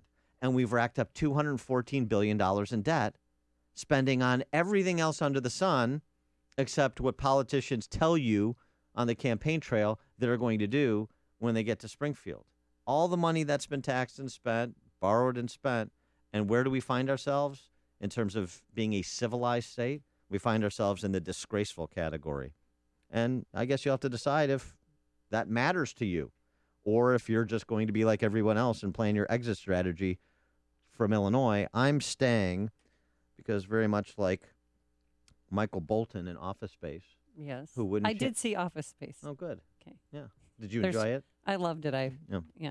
Well, remember Michael Bolton's, who said, well, if you hate your name so much because of the Michael Bolton singer, why don't you change it? And he said, why should I change it? It was fine until that ass clown started selling millions of records. Well, why should I leave Illinois? Why should we leave Illinois? It was fine until ass clowns Madigan and Cullerton and so many Democrat and Republican governors destroyed the state. Mike on I-80, you're on Chicago's Morning Answer. Hey, good morning, Dan. Thanks for taking my call. My comment is real simple. I hope Rauner stands his ground and stands pat. Why don't Madigan and Cullerton, who have super majorities in both houses, just override them? That way they own it, and they can take full blame for it. That's exactly right, Mike. Good. Thanks for the call. It's an excellent point, and that's what Rauner's put to them. You want to just raise taxes and not advance any structural reforms? You've got supermajorities. Go do it if that's your philosophical viewpoint, if that's what you think should be done. But they know it shouldn't be done, and they want Rauner to share the blame, and he's not playing that game, and good for him. Yeah, well, at least your name isn't Michael Bolton. There's nothing wrong with that name. There was nothing wrong with it until I was about 12 years old, and that no-talent ass clown became famous and started winning Grammys. Well, why don't you just go by Mike instead of Michael? No way. Why should I change? He's the one who sucks. Hear about the big stories of the day, then talk about them right here on Chicago's Morning Answer on AM 560. The Answer. Coming up next, I hope we have time for it. The text messages have been released. Mayor Emanuel seemed to care more about his reputation than the victims. We'll explain. But first, here's your forecast. Cloudy this morning. Then some peaks of sunshine by this afternoon, a high of 33 degrees. Tonight, a brief snow shower. Then tomorrow, mostly cloudy. A little bit warmer, high of 38. Here's the travel times. Here's Jim Telemonte. Amy, on the inbound Stevenson, things have improved somewhat after a stall right near Lakeshore Drive. The travel times come down a bit. It's 43 minutes, 3:55 to Lakeshore Drive. Outbound fine at 34. Eden's 20 minutes, Lake Cook to Montrose, outbound 19. The Kennedy, 22 minutes, O'Hare to downtown, outbound 21. The Eisenhower's 33 minutes, Thorndale to the Loop, outbound 30. The Ryan, 23 minutes, 95th to downtown, I-57. Looking at 25 minutes from I-80 to the merge, Bishop Ford 19. Jim Talamonte, ChicagoRadioDeals.com, Traffic Center. Got a great night's sleep last night, all thanks to MyPillow. You know, there's many of you who are procrastinating, but don't put it off any longer. MyPillow is a premium pillow with 4 different loft levels that's customized to your individual preference. And for the listeners who use the promo code Amy, guess what? You get 2 pillows for the price of 1. It's that simple. MyPillow helps with snoring, headaches, neck pain, insomnia. If you have allergies, it's great because you can wash it. Simply put it in the washer and dryer, and it's good to go. It conforms and shapes to your neck and back to give you the best sleep ever. That's why it's the official pillow of the National Sleep Foundation. For this 2 for the price of 1 offer, visit MyPillow.com. Use Amy in the promo code, or go old school and call the 800 number, 800-489-0201. That's 800-489-0201. Attention market watchers. Until recently, the market hadn't seen back-to-back days of 500-point losses since November of 2008. What if you had no market exposure? What if you didn't have to worry about the markets? How would you sleep? Leave the volatility behind. Hi, this is Jack Taboda. Our proprietary income strategies provide reliable, inflation-protected income, guaranteed for life, with no market exposure. Call me at 630-777-7955. That's 630-777-7955. You've worked hard to build your wealth. I work hard to protect it. 630-777-7955.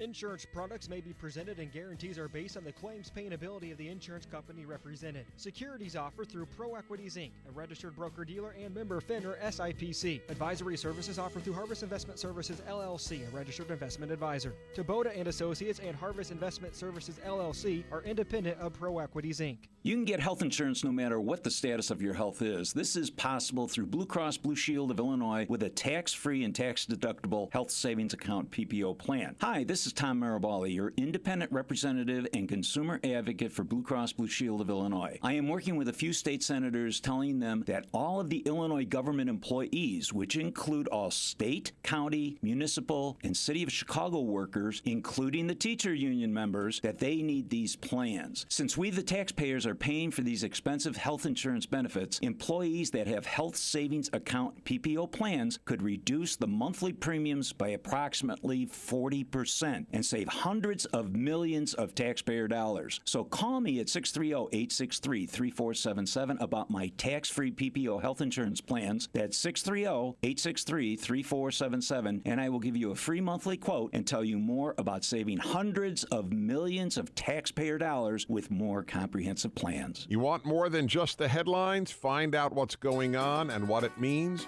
with me, Dennis Prager, this morning at 11, right here on AM 560, The Answer. Dan and Amy, so some ROM emails were released. Now they're redacted in parts. I want to give you a flavor of this mayor that Amy Jacobson and her friends elected twice.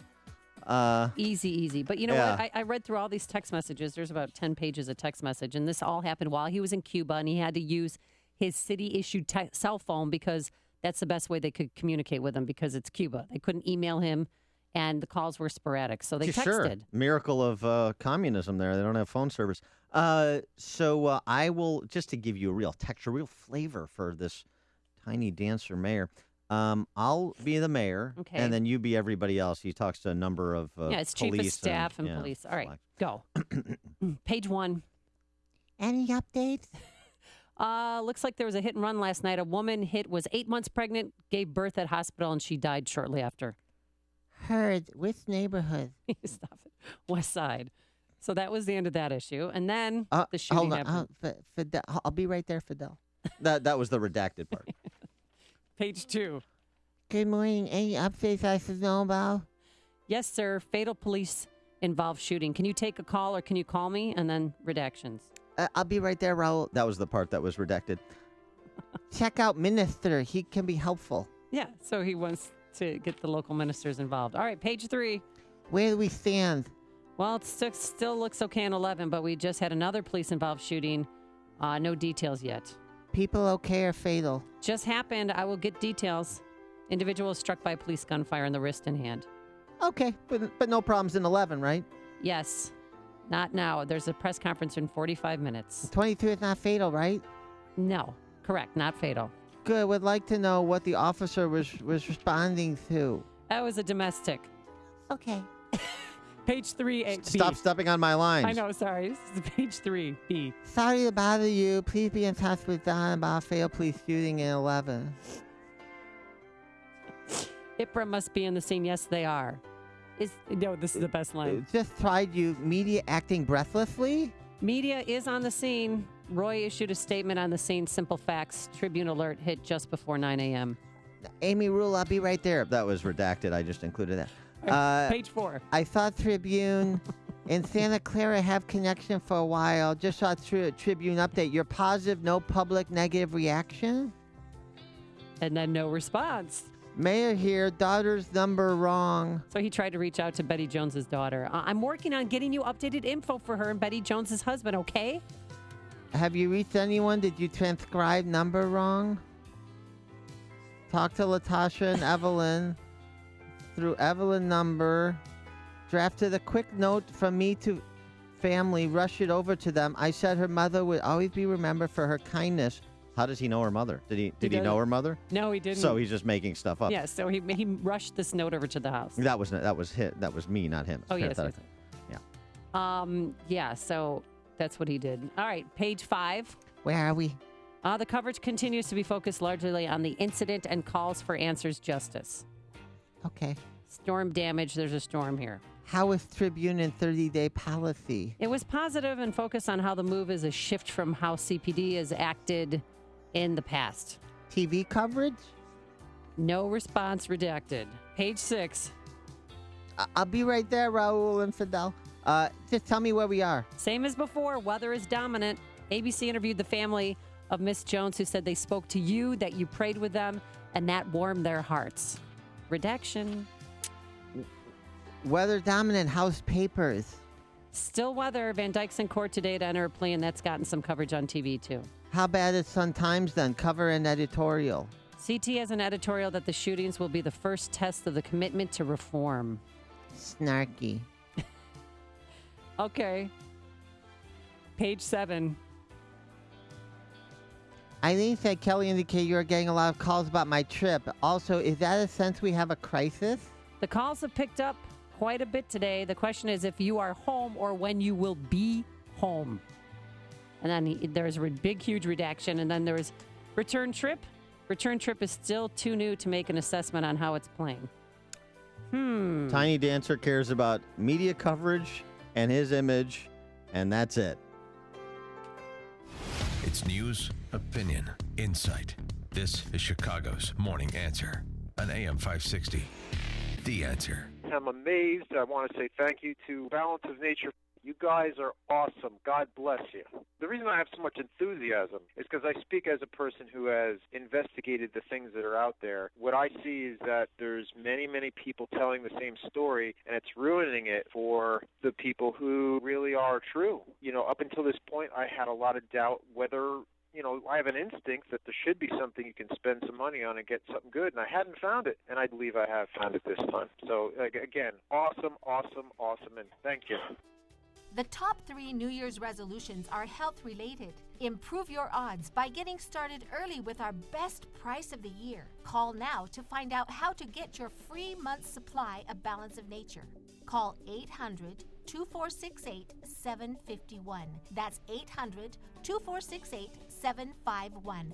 Or go online to balanceofnature.com. Use promo code CHICAGO. Oh, it's time to get out of the suburbs and enjoy all that the Chicago lakefront has to offer. Visit ChicagoRadioDeals.com and find a fabulous entertainment cruise experience for 2 on Lake Michigan. For only $150, you'll enjoy a gourmet dinner and a spectacular view of the Chicago skyline aboard an elegant yacht, the Odyssey, at Navy Pier. Now, if you feel like dancing the night away, then you'll love the Spirit of Chicago cruise. $125 for 2 includes dinner and fun in the floating rooftop, and dancing while taking in the stunning views of the Chicago shoreline, be sure to bring your winter coat. Or for an evening of casual fun and great food, go aboard the Mystic Blue for only $100 per couple. These cruises go out through the winter months, so you can enjoy dining, entertainment, and the lakefront aboard all these ships in the comfort of climate-controlled rooms. Romance and fun are in the air, brought to you only from your good friends at ChicagoRadioDeals.com. I know my Rom sounds very much like Truman Capote because that's the voice I hear in my head when he talks. Coming up, executed beautifully. Thank you very much. You did wonderfully as well. You were playing multiple roles in those emails. I was the chief of staff. I was the interim police chief. And what range you have. Coming up at 6:36, Tara Smith from Kent State University. She's an expert in emerging infections. We'll talk about the Zika virus and how concerned we should be. But first, here is Mike Scott. Amy and Dan, we're watching a developing story this morning as Iran's Navy has warned a U.S. warship to leave an area of the Sea of Oman while it conducts military drills. One person is dead, a half dozen in custody after anti-government protesters exchanged gunfire with law enforcement officers in eastern Oregon. The FBI and Oregon State Police say a spokesperson for the group, Lavoy Finicum, was killed. Cliven Bundy telling Fox News the person killed had his hands up when he was shot. A Louisiana sheriff's deputy shot 5 times while serving a warrant is in intensive care this morning in a New Orleans hospital. Thursday's Republican debate will have a major absence. Republican frontrunner Donald Trump said he'll probably skip the last GOP debate. Meantime, today, Democratic presidential candidate Bernie Sanders travels to the White House to meet with President Barack Obama. A Milwaukee man this morning is facing charges for planning a mass shooting. Sami Mohammed Hamza is charged with possessing machine guns and a silencer and talked of a hit on a Masonic temple where he hoped to kill 30. Chicago police are investigating the shooting death of an elderly Far South Side man, Claude Cannon. And Illinois Governor Bruce Rauner will propose fixing the state's underfunded pension system and eliminating what he says is wasteful bureaucracy in public schools during today's State of the State address. Chicago sports. Carolina blanked the Blackhawks 5-0. The news service of the Patient Innovation Center time is running out. The federal deadline to enroll for health insurance is this weekend. Patient Innovation Center hosting free late-night enrollment events across the state. Visit pickcares.com, PICcares.com. A check of traffic and weather on the way next on AM 560. The weather in Chicago is cold. The weather in Los Cabos, Mexico is warm and sunny. AM 560 wants to send you to Los Cabos with Dan and Amy this April. Enter to win an all-expenses-paid trip to Secrets Porto Los Cabos Golf and Spa Resort, courtesy of Apple Vacations. The only way to enter to win is through the AM 560 The Answer mobile app. So download the mobile app today and enter to win a trip to Los Cabos. Try Not Your Father's Root Beer, the new hard root beer that's taking the world by storm. For beer drinkers and soda lovers alike. Buffalo Wild Wings, Wings, Beer, Sports. Availability may vary. Please drink responsibly. The most recent U.S. Supreme Court decision on the Affordable Care Act made one thing certain. We will all have to deal with this ever-changing law until at least 2017. If you're tired of calling a bureaucrat at an 800 number to help you navigate Obamacare, then you need a local expert on your side. That's right, your own health insurance mentor. C. Stephen Tucker from HealthInsuranceMentors.com is someone I know and trust. He's a 20-year licensed broker who's been educating AM 560 listeners on the Affordable Care Act for the last 5 years. Thanks, Dan. If you have a pre-existing condition, a canceled plan, or your premium increased, now's the time to get covered. 2016 open enrollment begins on November 1st and ends on January 31st. During this 90-day window, you cannot be denied coverage. Depending on your income, you may find a more affordable plan. The new healthcare law is very complicated, and you do need guidance. It costs you nothing to use a broker, so why not tap into my expertise? Thanks, Steve. How can our listeners get in touch with you? They can visit healthinsurancementors.com or call me directly at 630-674-1551. That's 630-674-1551. Hi, this is Dr. David Kolbaba. So you get yourself one of those blood tests with all the poking and prodding fraud, and they're always looking for some kind of bad news. Most blood tests these days are very lacking, only screening you for the big, bad, and ugly diseases, with you never really getting the good news, or even knowing what to do with the not-so-good news. So let me tell you about our dirt-cheap comprehensive blood test. First of all, we'll be testing a wide variety of different health factors and not just the ugly few. And then we're going to sit down with you and strategize with all that we learned from your blood test findings. And I promise that you're going to know more about what you can do to help improve your health using a more natural, common-sense approach. And for over 33 years, we've been very successful at setting people free from their toxic medications. It's our dirt-cheap comprehensive blood test. Call 800-794-1855. You can't get any cheaper than dirt cheap. That's 800-794-1855. Be sure to tune in to Health Quest Radio with me, Dr. David Kulbaba, this Saturday morning at 11.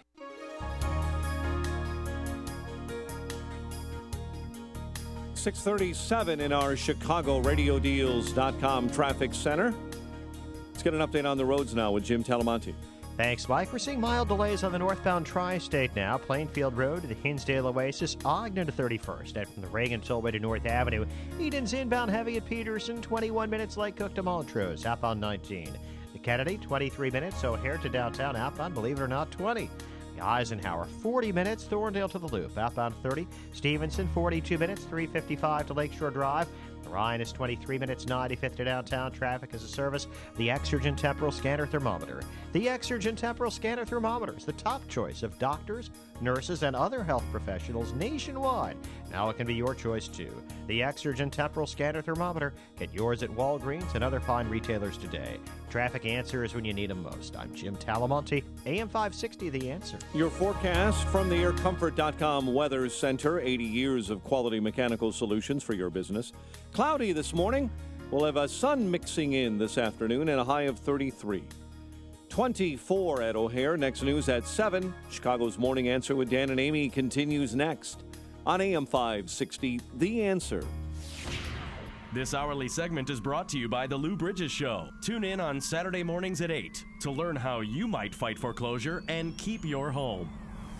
Chicago's Morning Answer with Dan and Amy continues now. And make sure to stay tuned to catch me, Mike Gallagher, coming up at 9, only on AM 560, The Answer. Dan and Amy, so, Amy, when we have a virus that reaches epidemic proportions, sometimes we have people get a little unnecessarily hysterical. And so you try and infuse the conversation with what we know from science. You remember the 2014 Ebola outbreak in West Africa? Yeah, I sure do. And we were all going to die from Ebola. I'm not discounting the seriousness of those people that were infected and perished. It's a horrible death. Horrible. But you just want to have some sense of proportionality and separate. And I got all angry when they brought them over to this country to be treated. Right, Thought they were putting American lives at risk. Right, silliness. So we want to separate science from hype and unnecessary fear. And this Zika virus outbreak, with this virus that's being spread by mosquitoes, most notably in Brazil. Brazil has sent 200,000 soldiers into the hinterlands to stop the spread of the outbreak, which has seen huge numbers of babies born with microcephaly, which is like abnormally small head and brain damage. Oh, I mean, people have referred to this as Beetlejuice heads. That's a little Well, insulting. This is serious. I know. And then there's a woman in Hawaii who was in Brazil who gave birth to a baby who had a very small head. Right, and so that's one aspect of it, and then there's this whole discussion of whether it's going to come to North America, and there's a lot of suggestion that it ultimately will. How it's spread, in terms of is it just mosquitoes, or can it be spread through carnal relations, as the New York Times, or as I call it, sex. Yeah, as a New York Times story suggests, 2 cases suggest that it could be spread through sex. And there was one test positive, at least so far. Centers for Disease Control confirmed yesterday afternoon that an Arkansas resident had tested positive for the Zika virus. So you just kind of want to get a handle on this. So as I said at the outset, we separate science from hype. And to help us do that, we're now joined by Tara Smith. Professor Smith is a emerging infections professor at Kent State University, the Golden Flash, if I'm not mistaken. Absolutely. Good morning. Good morning. Thank you for joining us. Appreciate it. So you direct the Kent State Center for Emerging Infectious Diseases. tell us what we should understand about the Zika virus and how much of a threat it poses at present. Okay, so for the United States, it still is not really a big threat here. We have had cases of people diagnosed with Zika, and as you mentioned, the woman in Hawaii whose baby was born with microcephaly that they think is probably related to a Zika infection she contracted in Brazil during her pregnancy. But for most people, it's not anything to be concerned about right now. We do have the mosquitoes that can transmit it, but they're mainly in the southern parts of the United States, and we have not found any evidence of mosquitoes being positive here in the United States yet. Now, is this just a concern for pregnant women, or is this a concern for everyone in terms of what are the, if you get infected with a virus and you're not a pregnant woman, what's the impact? Anyone can be infected, but actually about 80% of the cases are asymptomatic, so people would never even know they had the virus. The other 20% mostly get a fairly mild disease. It can cause kind of flu-like symptoms, headache, rash, muscle aches, things like that. But that's one reason why it's been, kind of ignored. We've known about this virus since the 1950s, but it hasn't ever been in the Americas before recently, and it doesn't really cause a lot of, fatalities, deaths like we saw with Ebola. How can you be tested for the virus, and is there anything you could take or, to get it out of your system? Mm-hmm. Right now, the only testing that's being done is through health departments and the CDC. Again, because this is very new, not a lot of places have kits that have the reagents to do all the testing. So it's all through kind of national organizations right now. And unfortunately, there's nothing you can do about it right now. We don't have any kind of antimicrobials, antivirals that will work against it. So really, if you have it, the treatment that they recommend is just, rest and fluids and things like that. And what about the spread? It cannot be spread person to person. It's just through mosquitoes as the carrier. Mosquitoes are definitely the main way. As you mentioned, there are some suggestions of the possibility of sexual transmission, mostly anecdotal right now, but that's definitely something people are looking into to see how common that is, if that's really happening, and things like that. So women who are pregnant, there's a list of countries that have, known cases of the Zika virus. Should they stay away from places such as Puerto Rico, Brazil, parts of Mexico? That's what the CDC is recommending right now, that if there's no need to travel to countries that are currently experiencing outbreaks, and I think it's up to about 24 countries right now, they recommend pregnant women don't go there. So obviously it's depends on what their travel needs are, but if it's just a vacation, and especially if it's an area where they know that there is, a city where the virus has been causing outbreaks, they recommend that pregnant women stay away from those. And if you do have to go, bug spray, is that the only solution, or covering up? Right, yeah. Trying to avoid mosquitoes any way you can. So staying inside in screened areas that are air conditioned and would be closed off, using bug spray, using clothing that will protect your skin. Brazil notes almost 4,000 microcephaly cases. Previous annual average in that country was 160. So, I mean, it's a serious spike. And, of course, the implications are serious when you're talking about birth defects in children. If you are a pregnant woman, is there something that you can do if you have these flu-like symptoms to understand whether or not you're infected, and anything you can do about it, or what's the recommendation there? Yeah, so the CDC has recommended kind of two tiers. So if you have been to a country where an outbreak is occurring and you do have symptoms of Zika virus, they recommend that you do get tested for that. So you go to your practitioner and say you need this test. If you've gone to a place but you haven't had any of the symptoms, they still recommend you notify your doctor and you get like extra ultrasounds and things like that to specifically screen for microcephaly, and so that you're a little bit more highly monitored throughout your pregnancy. I mean, Brazil, they're having the Olympics this summer. I mean, people are coming to Brazil. So what are they doing to try and combat this? Right. Well, as you mentioned, they sent out 200,000 soldiers to try to control mosquitoes, really. So if you can eliminate the mosquito vector, then you really reduce the threat. So that's what they're trying to do right now, is to really ramp up their mosquito control, try to stop transmission of the virus before the Olympics. If you do get infected with the virus, does it necessarily mean your child will be born with microcephaly? No, and that's one of the big questions, is that even with Zika outbreaks before this, before it came to Brazil, they hadn't seen that specific manifestation in pregnant women. So we don't know how common that is. We don't know if you have to have a symptomatic infection in order for that to happen. We don't know, what the chances are if you get that, if it's 1 in 10, if it's 1 in 100, that if you're infected with Zika while pregnant, that this will happen to the developing fetus. So there are just so many questions right now that we unfortunately don't have the answers for. It's interesting. You mentioned that we've known about this virus for almost 70 years. I didn't realize that. I hadn't read that to this point. And so I guess, is there a history on the virus in terms of it mutating and different and more virulent strains of the virus? Yeah, again, there's not a lot known. Zika is one of what we call a neglected tropical disease. So an infection that we know about, but not a lot of money is spent to investigate because it mostly, it doesn't cause a lot of deaths, and it mostly circulates before this in, impoverished developing countries. And so the wealthier countries that spend a lot of money on research, like the United States and like European countries, haven't really had to invest in that because it wasn't a threat to us previously. So there are just so many unknowns with this, even more so than with Ebola. Okay. She is Professor Tara Smith. She directs the Center for Emerging Infectious Diseases at Kent State University. Professor Smith, thanks so much for joining us. Appreciate it. Thank you for having me on. And she joined us on our turnkey.pro answer line. There's only one radio show in Chicago talking about today's biggest stories and telling you what they really mean.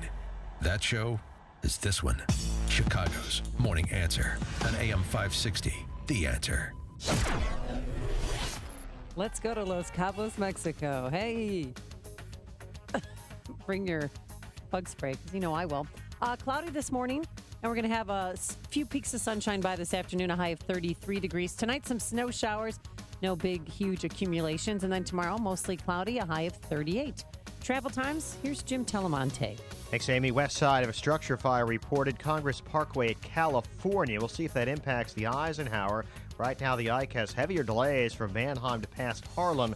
It's 49 minutes, Thorndale to downtown, outbound just 30. Edens, 21 minutes, Lake Cook to Montrose, outbound 19. Kennedy, 31 minutes, O'Hare to downtown, outbound 27. Stevenson is 43 minutes from 355 to Lakeshore Drive, outbound all clear. Ryan, 23 minutes, 95th to downtown. I-57, 25 minutes from I-80 to the merge, Bishop Ford 19. The eastbound Adams Tollway is heavy, Roselle to 53. Jim Talamonte, ChicagoRadioDeals.com, Traffic Center. I'm Lou Dobbs. Can the market repeat yesterday's performance? Job gains in 36 states. J.P. Morgan Chase settles a massive lawsuit, and the Federal Reserve with its announcement on interest rates today. Those stories next. Tax problems? They only get worse if you don't do anything. Are you an individual or business that owes at least $10,000 in back taxes or have years of unfiled tax returns? Don't risk garnishments or levies on your wages, bank accounts, or accounts receivable. Call Rapid Resolution Tax Group now. They're Better Business Bureau A+ rated and accredited. Tax attorneys, enrolled agents, tax professionals, and they guarantee same-day contact with the IRS. No tax problem is too big. They've helped many people just like you with their tax problems. Pick up the phone and call 800-601-2929 now. If you qualify, Rapid Resolution Tax Group can settle your tax debt for less, remove penalties and fees, stop garnishments and levies. You may even qualify for the IRS Fresh Start Initiative. You do have rights as an American. Don't let your tax problems get worse. Call Rapid Resolution Tax Group for a free consultation at 800-601-2929. That's 800-601-2929. Call now. Investors hoping they can repeat the gains on Wall Street of yesterday. Stocks closed sharply higher. The price of crude oil surging almost 4%. The Labor Department saying employers added jobs in 36 states last month. Big gains in Texas, Florida, and California. Unemployment rates falling in 25 states. Strongest gainers including restaurants, healthcare, and construction jobs. J.P. Morgan Chase to pay back $1.4 billion in cash. That to resolve most of a lawsuit that dates back to September of 2008. Saudi Arabia is racing to attract more investment and to overhaul its economy, which is feeling the pain of plunging crude oil revenues. And later today, we'll hear from the Fed on the direction of interest rates. Please join us for Lou Dobbs tonight at 7 and 11 Eastern on the Fox Business Network. This is the Lou Dobbs Financial Report. Hey, protecting your family and Second Amendment rights is important. You need the proper equipment and training from DS Arms. As an actual manufacturer of AR-15 and FNFAL type rifles, they also stock all major brands of firearms, including handguns and every accessory imaginable for self-defense, target shooting, and hunting. Ladies, get your concealed carry license plus basic and advanced training in a family-friendly environment with girlfriends, loved ones, even mom. Everything's provided, including a firearm for only $225. For custom rifles made in America or concealed carry firearms training classes, make DS Arms your team. It's great being an American and supporting your Second Amendment rights and American manufacturing jobs. With nearly 3 decades of experience, DS Arms has you covered. DS Arms, much more than a gun store. It's easy to reach in Lake Barrington, just off of Route 14 and Pepper Road. Call 847-277-7260 or visit dsarms.com. You know, time is almost up to purchase your trip to Escape to Cabo with us, Dan and Amy. The special price secured just for us by our good friends at Apple Vacations expires this Friday. That's in a few days. After that, the price will go up and availability will be limited. We're heading to beautiful Los Cabos, Mexico, mosquito-free. April 2nd through the 9th, our trip is presented by Dermatology and Plastic Surgery Associates. We'll be staying at the Secrets Puerto Los Cabos Golf and Spa Resort. All-inclusive, adults only. All suites have a view of the ocean. It's a new resort. I was there last year. It's gorgeous. It has 8 restaurants, 4 bars. And the best thing is, Dan, 3 miles of pristine beaches. And I know how you like to have late-night sushi and long walks along the beach. Especially if it's pristine. Yes. And then in the morning, when you get up, you can go golfing at one of the 2 9-hole golf courses designed by Jack Nicklaus or Greg Norman. Take your pick. So join us in Cabo. Get more information and book your trip today by visiting 560theanswer.com. Keyword escape.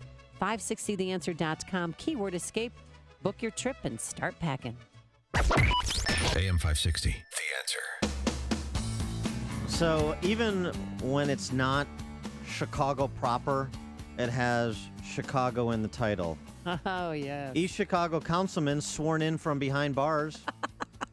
This is East Chicago, Indiana, of course. Oh, who is he, Dan, and what did he do? Robert Battle is the councilman who was reelected in November. He ran unopposed. Again, very similar to Chicago. He was arrested for drug possession, and then he was arrested for murder. Oh, what? Yeah, he... I thought this was going to be a lighthearted, just some money laundering, maybe mail fraud kind of story, but murder? Well, now this story's taking a whole new turn. Sure, and I'll tell you what, nothing is more lighthearted than money laundering. That is always a feel-good story. But no, it's drug... I didn't know he took someone else's life. It's allegedly. drug possession and murder. Yeah, fatally shot someone in October, according to prosecutors. But was he defending himself? Well, that's what his attorney says. We'll see how that works out for him. Robert Battle, reelected, ran unopposed, and he was given his oath of office, signed the required paperwork between the bars. And I don't know if he's going to be making so many council meetings in the near term, but, that's all. Can't you go down there and help them and, assign somebody or suggest somebody that could run against him next time or replace him? We got enough problems here. Let East Chicago figure it out for themselves. But I do like this idea of swearing in politicians from behind bars. I think we should do that as a matter of course in Illinois. Just as I've suggested before, that in order to hold office in the state, you should have to go to jail first to get it out of the way, and then you can assume your office. Does he Skype into the council meetings? Because you can't, believe it or not, some inmates can have cell phones. So maybe that's the way he can still participate. Yeah. Well, he could always, after his 25 to life sentence is served, he can always move to Cook County and run for office here. Before you see it on TV, share it on Facebook, or read about it in the paper. Hear it here first. This is Chicago's Morning Answer on AM 560. The Answer. Hi, I'm Tom Sadeka, President and CEO of Precision Payroll of America. We're the 32-year-old company whose first employee and first client are still working together. With me today is one heck of a great service partner. Thanks, Tom. Hi, I'm Andrea Kashaba, owner of Tulane & Associates Accounting and Tax Services here in Elk Grove, servicing small businesses since 1986. I heard Precision Payroll ads years ago. I called on behalf of one of my clients. Tom came out, met with us. Since then, we've added 6 more clients and absolutely love working with Tom and Precision Payroll. As an accounting professional, I love having the connection with Precision Payroll as it makes serving my clients even easier. Andrea, thanks for coming in and sharing our success story. You are awesome and a joy to work with. If you want to partner with us or work with us, call me directly at 630-242-1507. That's 630-242-1507. Or on the web at precisionpayroll.com. Hey, Pete, 20 more pallets backing up right now. Come over here with the forklift. Don't bring them in here, man. We've got no place to put them, and we're officially out of room, buddy. JRC Warehousing. Well, we're getting 20 pallets dumped right here whether we like it or not. Well, unless they get stored in your living room, I don't know what to tell you. JRC Warehousing. It says right here in our inventory system that we have room for 50. And you're going to trust the control system that's older than my great-grandparents? JRC Warehousing. We can't be the only place that's run a storage room before, man. Think. Yeah, how about I go buy one of those magic wands for you? Good luck. JRC Warehousing offers complete solutions for your warehouse and trucking demands. No magic wands needed. Trucking requirements? No problem. Warehouse storage? No problem. Pull a rabbit out of your hat by calling JRC Warehousing for a no-obligation needs analysis and quote. 847-329-5030. That's 847-329-5030. Or visit jrcwarehousing.com. Well, hey there, I'm Naomi Judd. As an entertainer, I know firsthand how music, TV, and movies can really touch our heart and stir up powerful emotions. That can be a wonderful thing. But you know, when we're talking about impressionable young kids and the entertainment they're consuming is violent or highly sexualized, it can be downright dangerous. Kids today are growing up in a media culture that is saturated with shocking images and negative messages. And I'm really concerned that it's hurting our kids. That's why I joined the Parents Television Council. The PTC is the nation's most influential organization protecting children against graphic sex, violence, and profanity in entertainment. Membership is free, and you will be joining your voice with more than 1 million other Americans who share your values. To learn more, go to www.parentstv.org, or you can call 1-800-TV-COUNTS. The Parents Television Council, because our children are watching. Coming up on Chicago's Morning Answer, the real reason why Donald Trump is skipping Fox News' debate on Thursday night. And Coach Joe Kennedy, that football coach in Washington State who was fired for having voluntary prayer after football games, is pursuing his job, and he opens up about the topic for the first time. We'll have that at 7:17. But first, into the newsroom we go and say good morning to Mike Scott. Amy and Dan, Governor Rauner to give his second State of the State address today. New O'Hare flight patterns taxiing toward takeoff, and the Hurricanes hammered the Blackhawks. WIND Chicago News Time, 7 o'clock. Fox News Radio, I'm Dave Anthony. Donald Trump does not want to debate tomorrow night. Apparently, Megyn Kelly is really, really scary. That's his Republican rival, Ted Cruz. Chris Christie says, if he doesn't want to be there, that's okay with me. But I'll tell you this, the American people should wonder. Trump claims moderator Megyn Kelly is not fair to him. Fox's Rachel Sutherland is live in Washington. Trump has sent mean tweets to Fox's Megyn Kelly before, calling her a loser. And he's really upset about an initial tongue-in-cheek statement from Fox about his decision to pull out of the debate. I don't know what games Roger Ailes is playing, but what's wrong over there? Something's wrong. But when they sent out that press release talking about, I said, what are these people playing games? In a second statement, Fox News said Trump is welcome tomorrow night, but he cannot dictate the moderators or the questions. Ted Cruz, who's within 2 points of Trump in Iowa, says he's willing to debate him in another forum. Dave. Now, Rachel, the caucuses are just 5 days away in Iowa, and there's an attempt to stage another Democratic debate just before the New Hampshire primary next month. Hillary Clinton's urging Bernie Sanders to take part, but he's not interested. Sanders has a big lead in the polls there. Today he'll meet with President Obama. The standoff may be over at a wildlife refuge in Oregon after a traffic stop that led to a deadly shooting. The group's armed leader, Ammon Bundy, has been arrested. We've also learned his brother, Ryan Bundy, was injured in the shooting, but has been treated and is in FBI custody. Brian McMillan with Fox 12 in Oregon. The person killed was Lavoy Finicum, a spokesman during the standoff over land rights. The FBI says he pulled out a weapon. The Bundys claim Finicum was shot with his hands up. Seattle police are looking for 2 potential suspects who shot and killed 2 homeless people last night and wounded 3 others in an encampment. We don't know if it is safe. We urge people to please stay away from it. Seattle Mayor Ed Murray. A Louisiana sheriff's deputy is in intensive care after being shot while serving a warrant. The accused gunman is in custody. Fox News Radio, fair and balanced. 24 degrees, cloudy skies. 7:02 on AM 560. The Answer. Good morning. I'm Mike Scott. A Milwaukee man is facing charges for planning a mass shooting. Sami Mohammed Hamza is charged with possessing machine guns and a silencer. He's accused of plotting an attack on a Masonic temple where he hoped to kill 30 in Milwaukee. Chicago police are investigating the shooting death of an elderly Far South Side man. Authorities say the body of Claude Cannon was discovered by his brother, Daryl, yesterday near the back door of the home that they shared. To come in and to see your brother laying there with a hole in his head in a fetal position as if he was praying. I ain't never seen anything like that before in my life. Chicago police tell us no one is in custody. Illinois Governor Bruce Rauner will propose fixing the state's underfunded pension system and eliminating what he says is wasteful bureaucracy in public schools during his State of the State address today. 5 new takeoff paths for O'Hare will bring some 87,000 new residents and nearby residents under a new wave of noise if they get final approval. City says the new nighttime departure patterns take jet traffic over less populated areas of the surrounding city and suburbs, but will still impact homes in 2 city wards and 8 suburbs.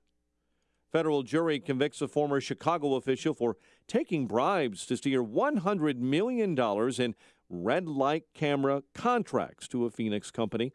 Jurors returned verdicts on all 20 counts against John Bills, the former number 2 at the Department of Transportation. And commuters will soon be paying more to ride Metra. Starting February 1st, monthly tickets go up $2.50. A 10-ride ticket jumps $1.75, while a one-way ticket will cost an extra quarter. Chicago sports, Carolina over the Blackhawks last night, 5-0, heading into the All-Star break. College hoops, our Northern Illinois Huskies fell to 16-4 Akron last night, 76-66. The news, a service of the Exergen temporal scanner thermometer. When buying a thermometer, trust over 50 published studies supporting the accuracy of the Exergen temporal scanner. Your family deserves the best, the Exergen temporal scanner thermometer. Pick one up at Walgreens or other fine retailers today. 7:04 and a check of traffic and weather on the way next on AM 560. You don't win by accident. It's the Dave Ramsey Show. So this is your year to win. You don't get out of debt. You don't save your marriage by accident. You don't increase the quality of your marriage by accident. You don't raise great kids accidentally. These are intentional acts that you make choices on the variables in your environment and you form and control your life. Make the most of your money and get out of debt. He's Dave Ramsey, tonight at 7 on AM 560. The Answer. QL1, this is Control. Does Rocket Mortgage require me to fill out a bunch of paperwork? That's negative Control. Rocket Mortgage by Quicken Loans is the first on-demand mortgage machine that quickly and seamlessly imports your financial data. You can go through the entire mortgage process on your own and completely online. Copy that, QL1, but if I wanted to speak to someone, do you think they're out there? They're out there, all right. I've made contact before. In fact, according to J.D. Power, they've provided award-winning client service for 6 years in a row. Roger that, QL1. It's nice to know they're out there, wherever they are. Detroit Control. They're in Detroit. Over. 3, 2, 1. Rocket Mortgage at QuickenLoans.com. Push button, get mortgage. Rocket. Visit for cost information and conditions. Equal housing lender. Licensed in all 50 states. NMLSConsumerAccess.org number 3030. 7:06, time to check the climate of your business with AirComfort.com. 80 years of quality mechanical solutions for your business. In our ChicagoRadioDeals.com traffic center, here is Jim Talamonte. Thanks, Mike. Not much comfort on the Eisenhower inbound. It's jammed around Church Road to North Avenue with a crash in the left lane. Then stop and go Manheim to California, where there's a fire off the expressway on Congress Parkway. All told, you're looking at an hour and 9 minutes Thorndale to downtown, 50 minutes from Manheim. Outbound, 33 minutes downtown to Thorndale. Aiden's is 21 minutes, Lycook to Montrose, outbound 22. Kennedy, 35 minutes, O'Hare to downtown, outbound 31. Stevenson runs 46 minutes, 3:55 to Lakeshore Drive, outbound fine at 34. Ryan, 23 minutes, 95th to downtown. Northbound Tri-State, slow 75th to 31st, and from the Reagan Tollway to North Avenue. Eastbound Adams Tollway heavy, Roselle to 53. Reagan Tollway still fine, Veterans Memorial, slow 75th to the Reagan Tollway, and Finley to St. Charles. Traffic answers when you need them most. I'm Jim Talamonte on AM 560, The Answer. Chicago's Morning Answer continues next. Your official Chicagoland weather forecast from the AirComfort.com Weather Center. AirComfort.com, 80 years of quality mechanical solutions for your business. Here's our meteorologist, Kevin Snyder. Today, cloudy for the morning, then clouds and sun for the afternoon. High today, 33. A snow shower for the evening, otherwise tonight, mostly cloudy and breezy with a low 29. I'm Kevin Snyder on AM 560. The Answer. 24 at O'Hare, 28 along the lakefront. Next news, 7:30. And Chicago's Morning Answer with Dan and Amy continues next on AM 560, The Answer. This hourly segment is brought to you by Papa Nicholas Coffee. Papa Nicholas. Best beans, best roast, best coffee. Good morning. Welcome to your Wednesday morning briefing. Here's what you need to know to start your day. The Donald Trump campaign accused of threatening Fox News anchor Megyn Kelly. Less than a week before the crucial Iowa caucuses, Trump has pulled out of the Fox News Republican debate Thursday night, accusing co-moderator Kelly of bias against him. Mr. Trump, we'll see you Thursday night, right? We'll be talking. Let's see. I don't like frankly, I didn't like the press releases that Fox put out. It's like they're playing games, and I don't like it when people play games with me. And they're playing games. If he's unwilling to stand on the debate stage with the other candidates, then I would like to invite Donald right now to engage in a one-on-one debate with me anytime between now and the Iowa caucuses. This is Chicago's Morning Answer with Dan Proft and Amy Jacobson on AM 560. The Answer.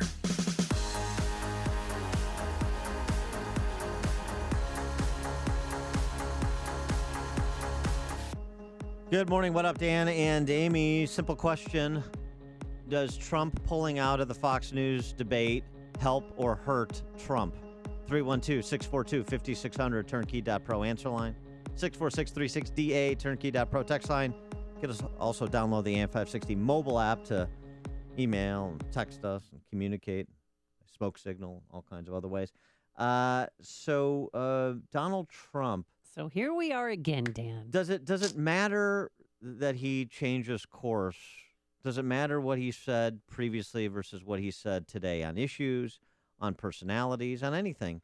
Because it turns out that Donald Trump loved Megyn Kelly before he hated her.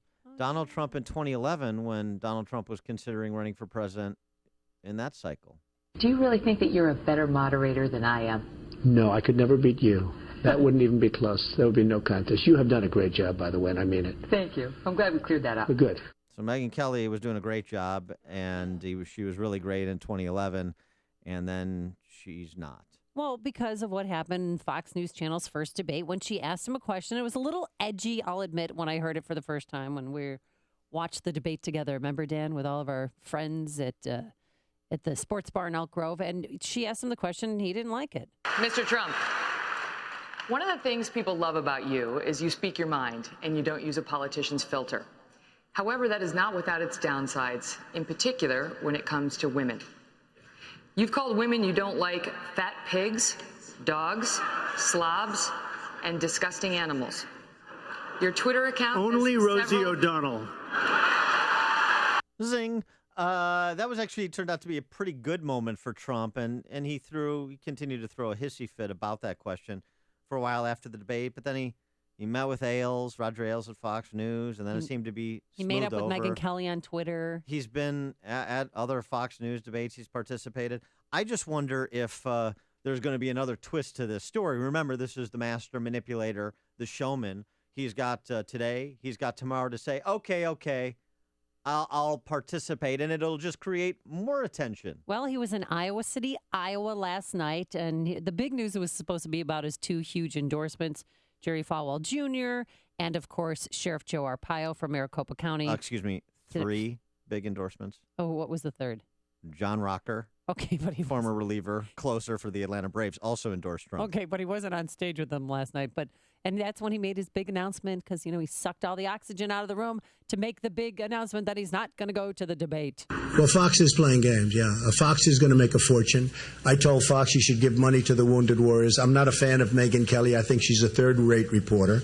I think she, frankly, is not good at what she does, and I think they could do a lot better than Megyn Kelly. And so I'm going to be making a decision with Fox, but I probably won't bother doing the debate. I see they picked me as number one, not only number one by far, but probably I won't be doing the debate. I'm going to have something else in Iowa. We'll do something where we raise money for the veterans and the wounded warriors. We're going to do something simultaneously with the debate, but most likely I'm not going to do the debate. Yeah, and so it went from probably to definitely, at least according to his campaign. Yeah, after he said that, his campaign manager came out and said he's not going to do it. Corey Lewandowski. And here's the other piece of this. You heard it at the top when Trump was having that exchange with Bret Baier. Fox News is playing games. I don't like they're playing games. I didn't like the release. The release he's talking about. Fox News, which, this is a little aggressive for a news agency, isn't it? Make your own decision. Fox News put out a statement yesterday, a little tongue-in-cheek statement lampooning Trump. I'm quoting from the statement. "We learned from a secret back channel that the Ayatollah and Putin both intend to treat Donald Trump unfairly when they meet with him if he becomes president. A nefarious source tells us that Trump has his own secret plan to replace the cabinet with his Twitter followers to see if he should even go to those meetings." It's Fox News interjecting itself into the campaign back and forth. I think it's, frankly, poor form. I think Trump should do the debate. I think he's being petulant. Even if he doesn't need to do it, I think he should do it. I don't think this helps him really any in terms of kind of his larger standing in the public's mind. Oh, some people think it's great because he's standing up to the media. But he's saying no. Well, I understand that's a viewpoint, and he's played off the media brilliantly. It's why he's in the electoral position he's in, frankly. Yeah, it's but because he's dominated coverage. But on this point, he can't dictate. He can't dictate debate moderators. Well, he doesn't have to participate though, and that's what he's doing. So in a sense, he's still dictating the tone and tenor and tempo of the debate without even being at the debate, because that's how much he suckered the media, the Washington press corps, from the moment he announced. It's really been incredible to witness, frankly. But Fox News issuing this statement is a bit incredible, too. He's going to replace the cabinet with his Twitter followers to see if he should even go to those meetings. That statement they made, kind of being sarcastic, having fun with him. Is that really the place of a news agency to do that? What they're referencing is Trump tweeted out a poll saying, should I do the debate or should I not? Answer yes or no. That may be for another candidate or just a general voter to lampoon. Should Fox News Channel make an official statement that interjects itself into the campaign in that way? Boy, I don't know. I don't know. I like I said, I don't think Trump is right, and Trump's all over the map. So, sometimes he's right, sometimes he's wrong, because he takes every position under the sun on so many matters. But if they're not the Megyn Kelly thing. The Megyn Kelly thing is silly. But this statement by Fox News Channel, it's a bit troubling to me. It is. It's bizarre. But this whole thing seems bizarre. I keep wondering when I'm going to wake up from this nightmare, because that's what this is. Donald Trump is a blowhard. He's a big bully. I'm sick of him ripping on Megyn Kelly, because I love Megyn Kelly, and I think she's very talented, and it's low-hanging fruit for him. He's just doing this as part of his campaign strategy. Megyn Kelly can take care of herself. I'm not worried about it. That's so much kind of white noise to me. I mean, all this personality. As a woman, it's not for me. I mean, as a woman, I just see him attacking, degrading women. As a woman, can Megyn Kelly take care of herself or not? Well, she can take care of herself. So but then I'm just saying, what's the it's just his constant bashing of women. I don't like it. He's degrading to women. He is. Well, Dr. Everett Piper, who's Oklahoma Wesleyan, and this goes to the Jerry Falwell Jr. endorsement. Kind of surprising. Jerry Falwell Jr.'s endorsement, president of Liberty University. Dr. Everett Piper, he's the president of Oklahoma Wesleyan, and he responded to the question of whether he would be inviting Trump to the campus at Oklahoma Wesleyan University. Now, Dr. Everett Piper gained some national prominence when he wrote an op-ed that we covered here several months ago saying universities are not daycare centers. You know, one of the few academics, one of the few university presidents to exhibit something approximating responsibility, kind of lecturing children that he's not going to tolerate adults or children or undergrads acting as children and being intolerant and totalitarian in their conduct. Well, he wrote this about Trump. Anyone who is pro-abortion is not on my side.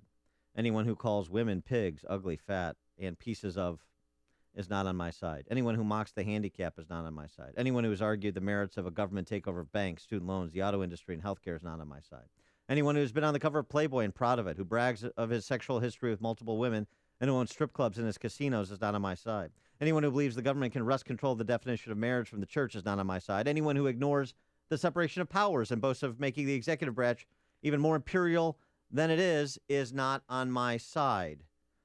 Well, it's not Christian-like behavior, I can tell you that much. We pray for people like that.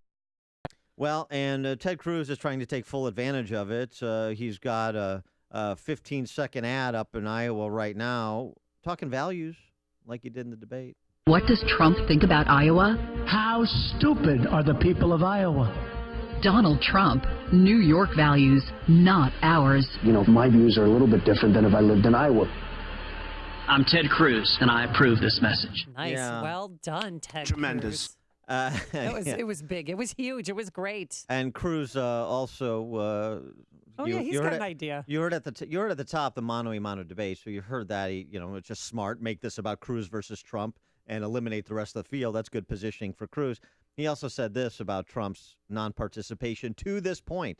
And the fact that Donald is now afraid to appear on the debate stage, that he doesn't want his record questioned, I think that reflects a lack of respect for the men and women of Iowa, that he's unwilling to go to Des Moines and be questioned. That's a little bit of a stretch.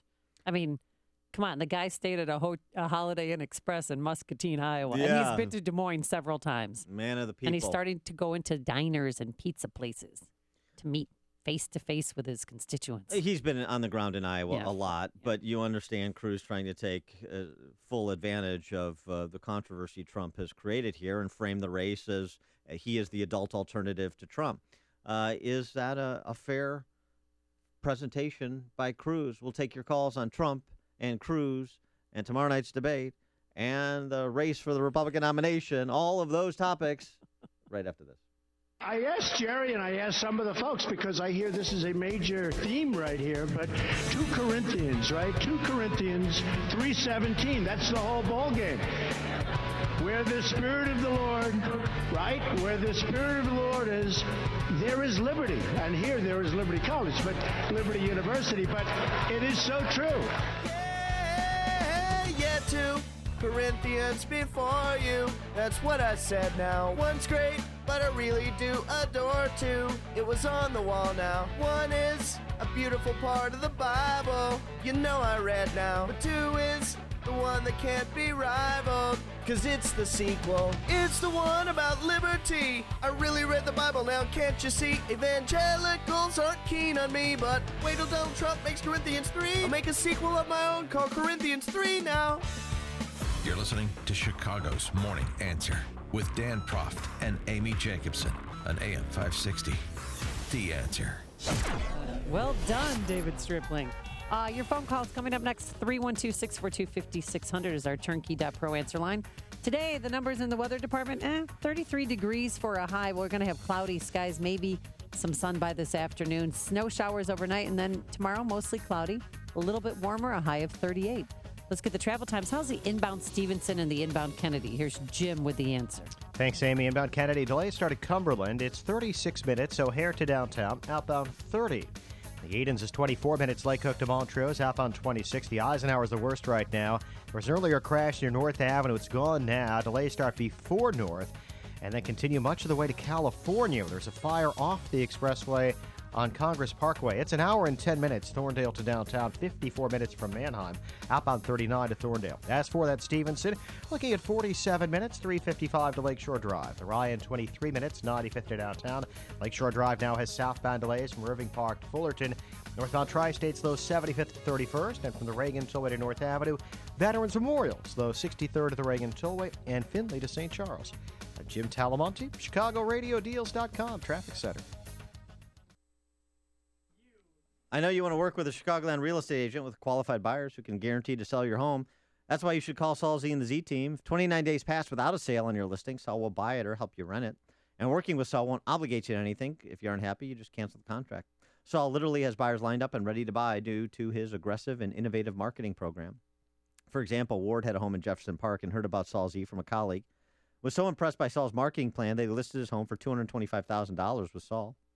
It sold in 7 days for $30,000 more than the asking price.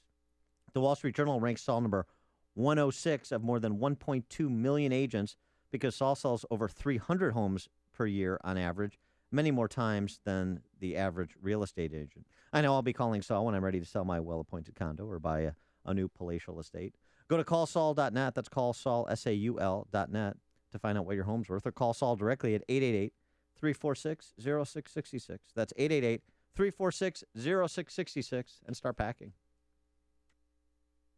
Hey, do you know my friend Laz Coulchar from Automated Systems, who sponsored and spoke at Freedom Summit and wowed the crowd with his story of escaping communism, coming to the U.S. and building a successful software and systems integration company? Here's Laz Coulchar to explain. Thanks, Joe. I built my company to deliver solutions for industry's toughest automation challenges by giving clients customized solutions to make production lines, facilities, and plants run with less downtime, more speed, and fewer rejects. Our systems provide reliability and deep insight into our clients' manufacturing operations for companies of all sizes, from Fortune 500 life science to successful startups. Thanks, Laz. If you even suspect that Automated Systems could benefit your company, then call him. There's no obligation. Call Laz at Automated Systems at 844-HIRE-ASI or visit AutomatedSYS.com. That's 844-HIRE-ASI.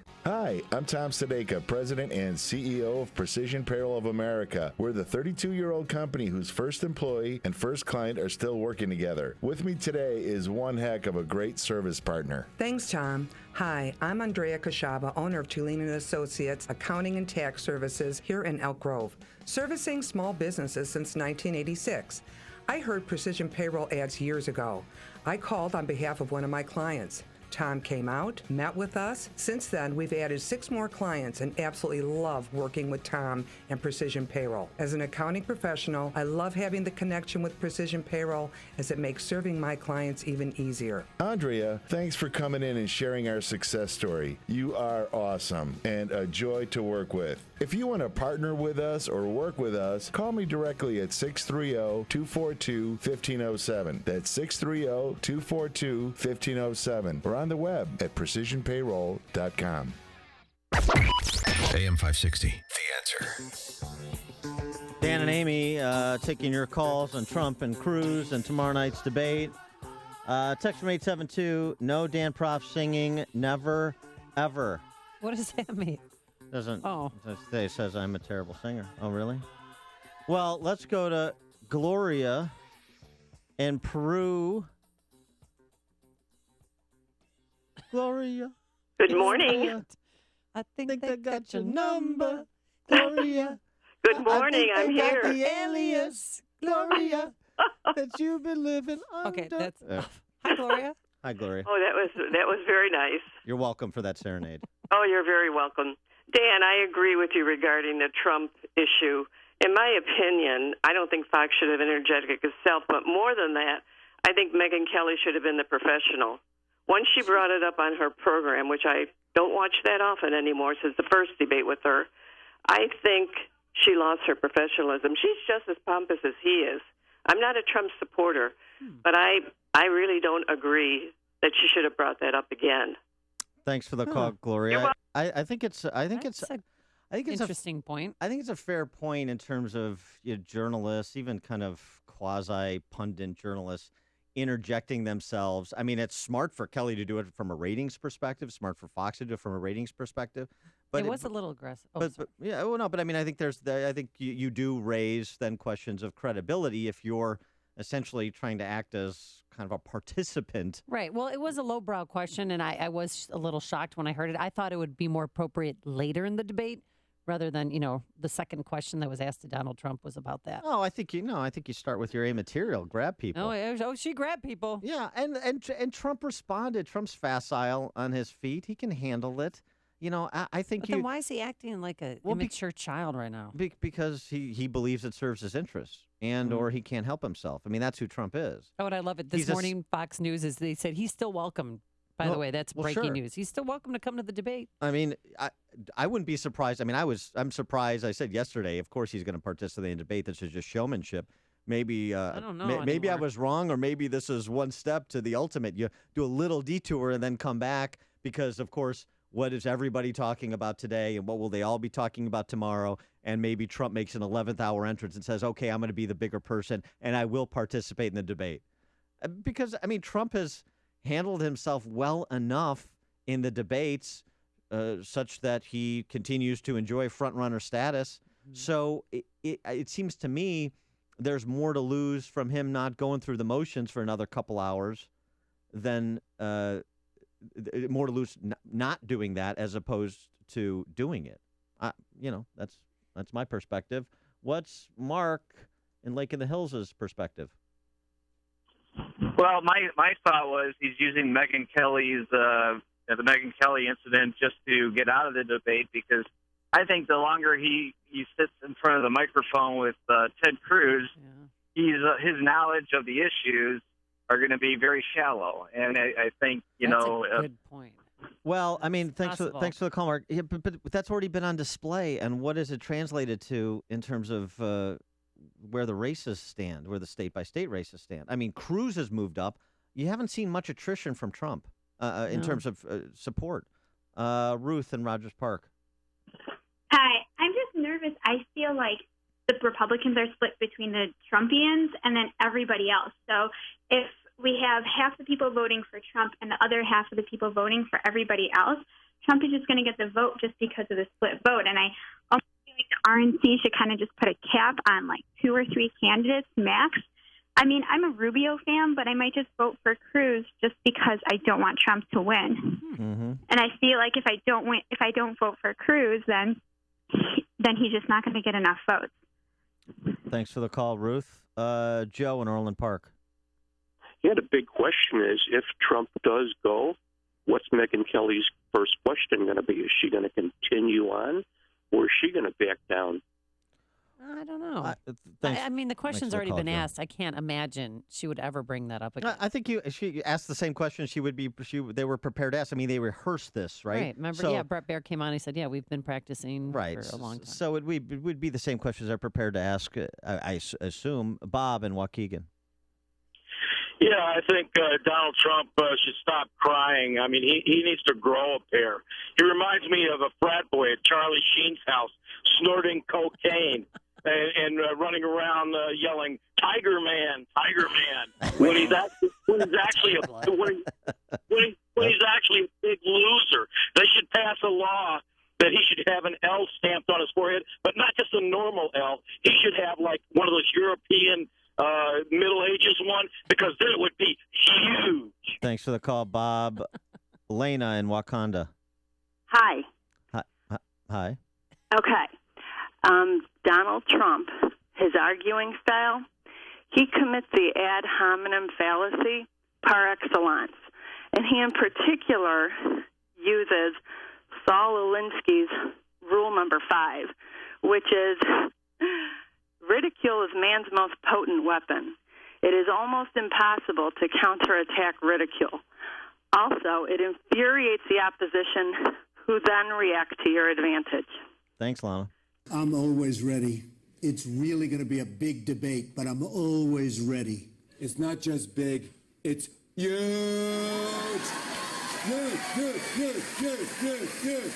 This is the morning show more Chicago radio listeners are choosing. This is Chicago's Morning Answer on AM 560. The Answer. At GoDaddy, a domain name is the beginning of something awesome.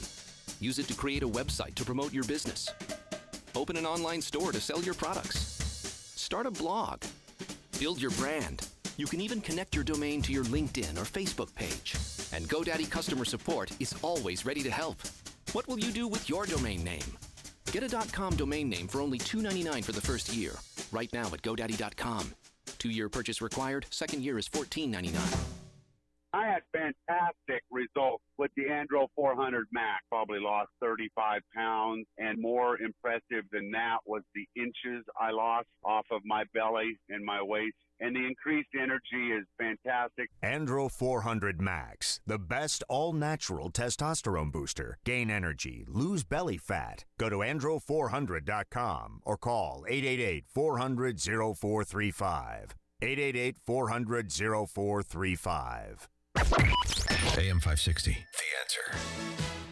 Nice. Laura Brannigan rolling in her grave, said one texter from 847. Coming up on Chicago's Morning Answer. We'll go over the profile of the Trump voter with Steve Moore from the Heritage Foundation at 7:37. And later, University of Oregon students want to remove Martin Luther King Jr. quotes because they're not inclusive enough. Oh, dear. We'll explain. But first, let's go back into the newsroom.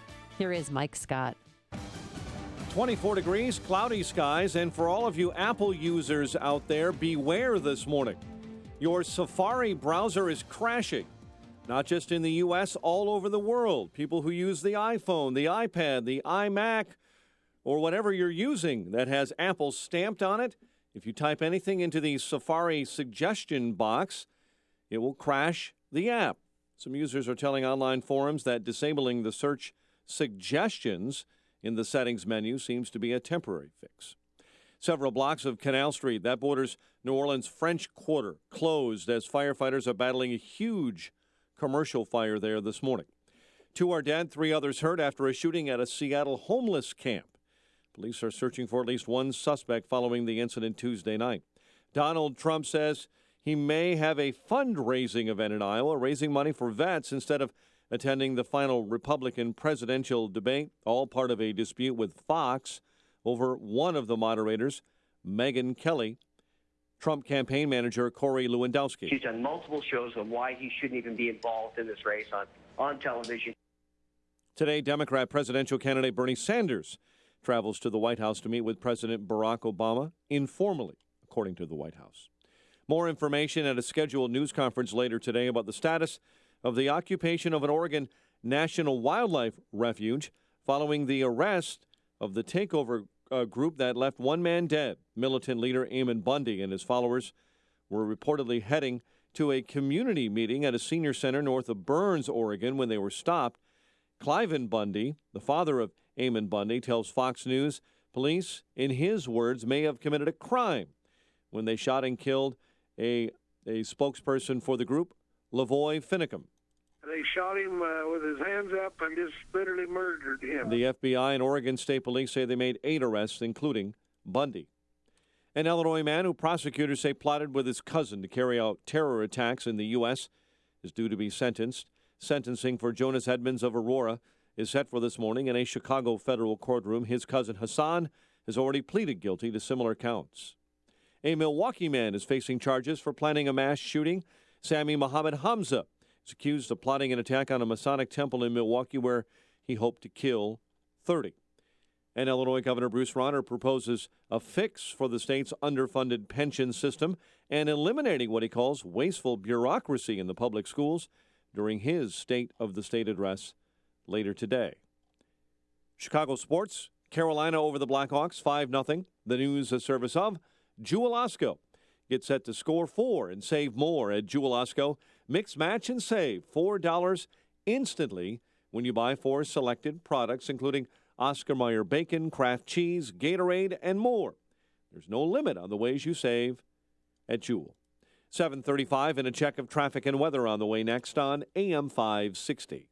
Mike Gallagher is just as confused about the 2016 campaign as you are. If the conventional wisdom applies, Ben Carson drops out. John Kasich, Jeb Bush, Chris Christie drops out. I don't know what's conventional and what isn't conventional anymore. I do know what I don't know. And what I don't know is how this thing is going to play out when the Iowa caucuses begin in really just a matter of days. The Mike Gallagher Show, weekdays at 9, right before Dennis Prager at 11 on AM 560. The Answer.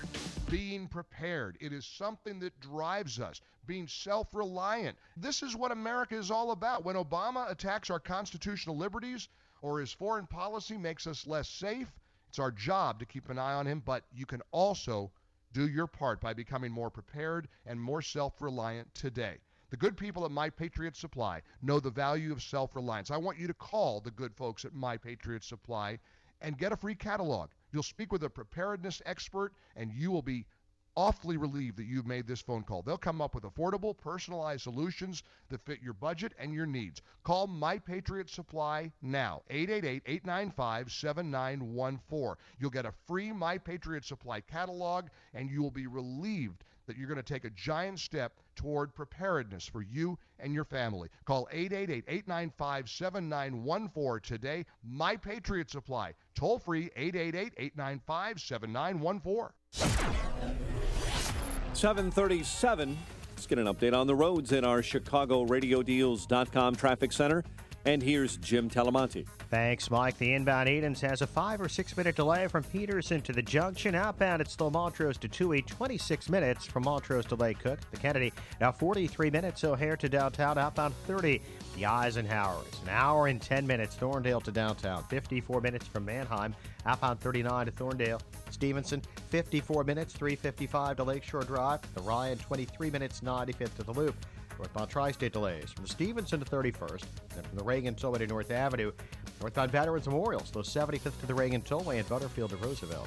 Traffic is a service of Patient Innovation Center. Time's running out. The federal deadline to enroll for health insurance is this weekend.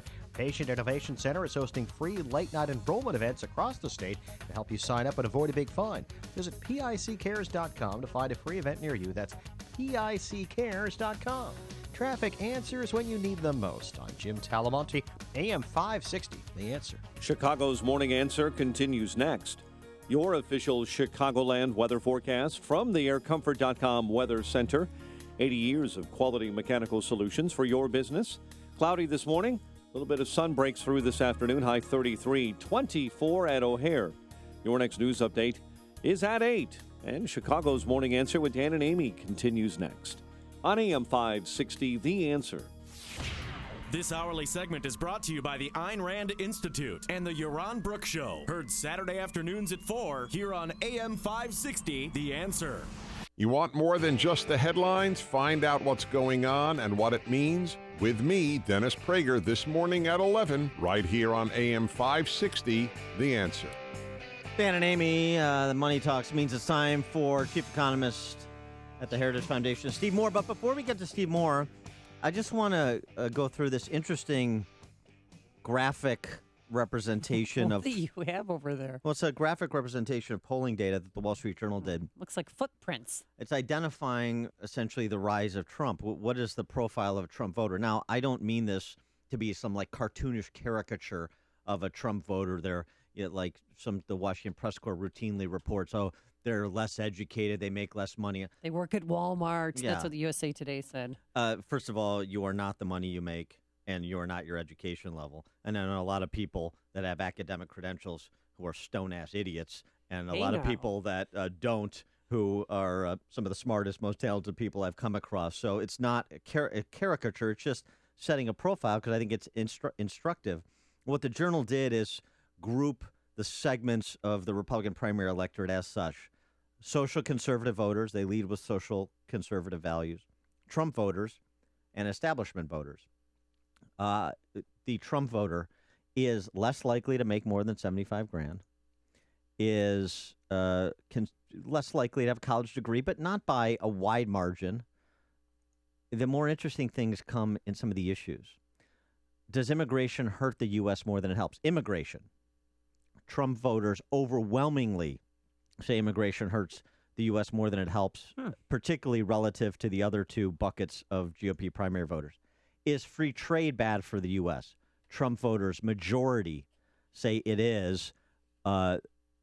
Minorities, both social conservatives and establishment voters, agree. A minority percentage, so significant difference there.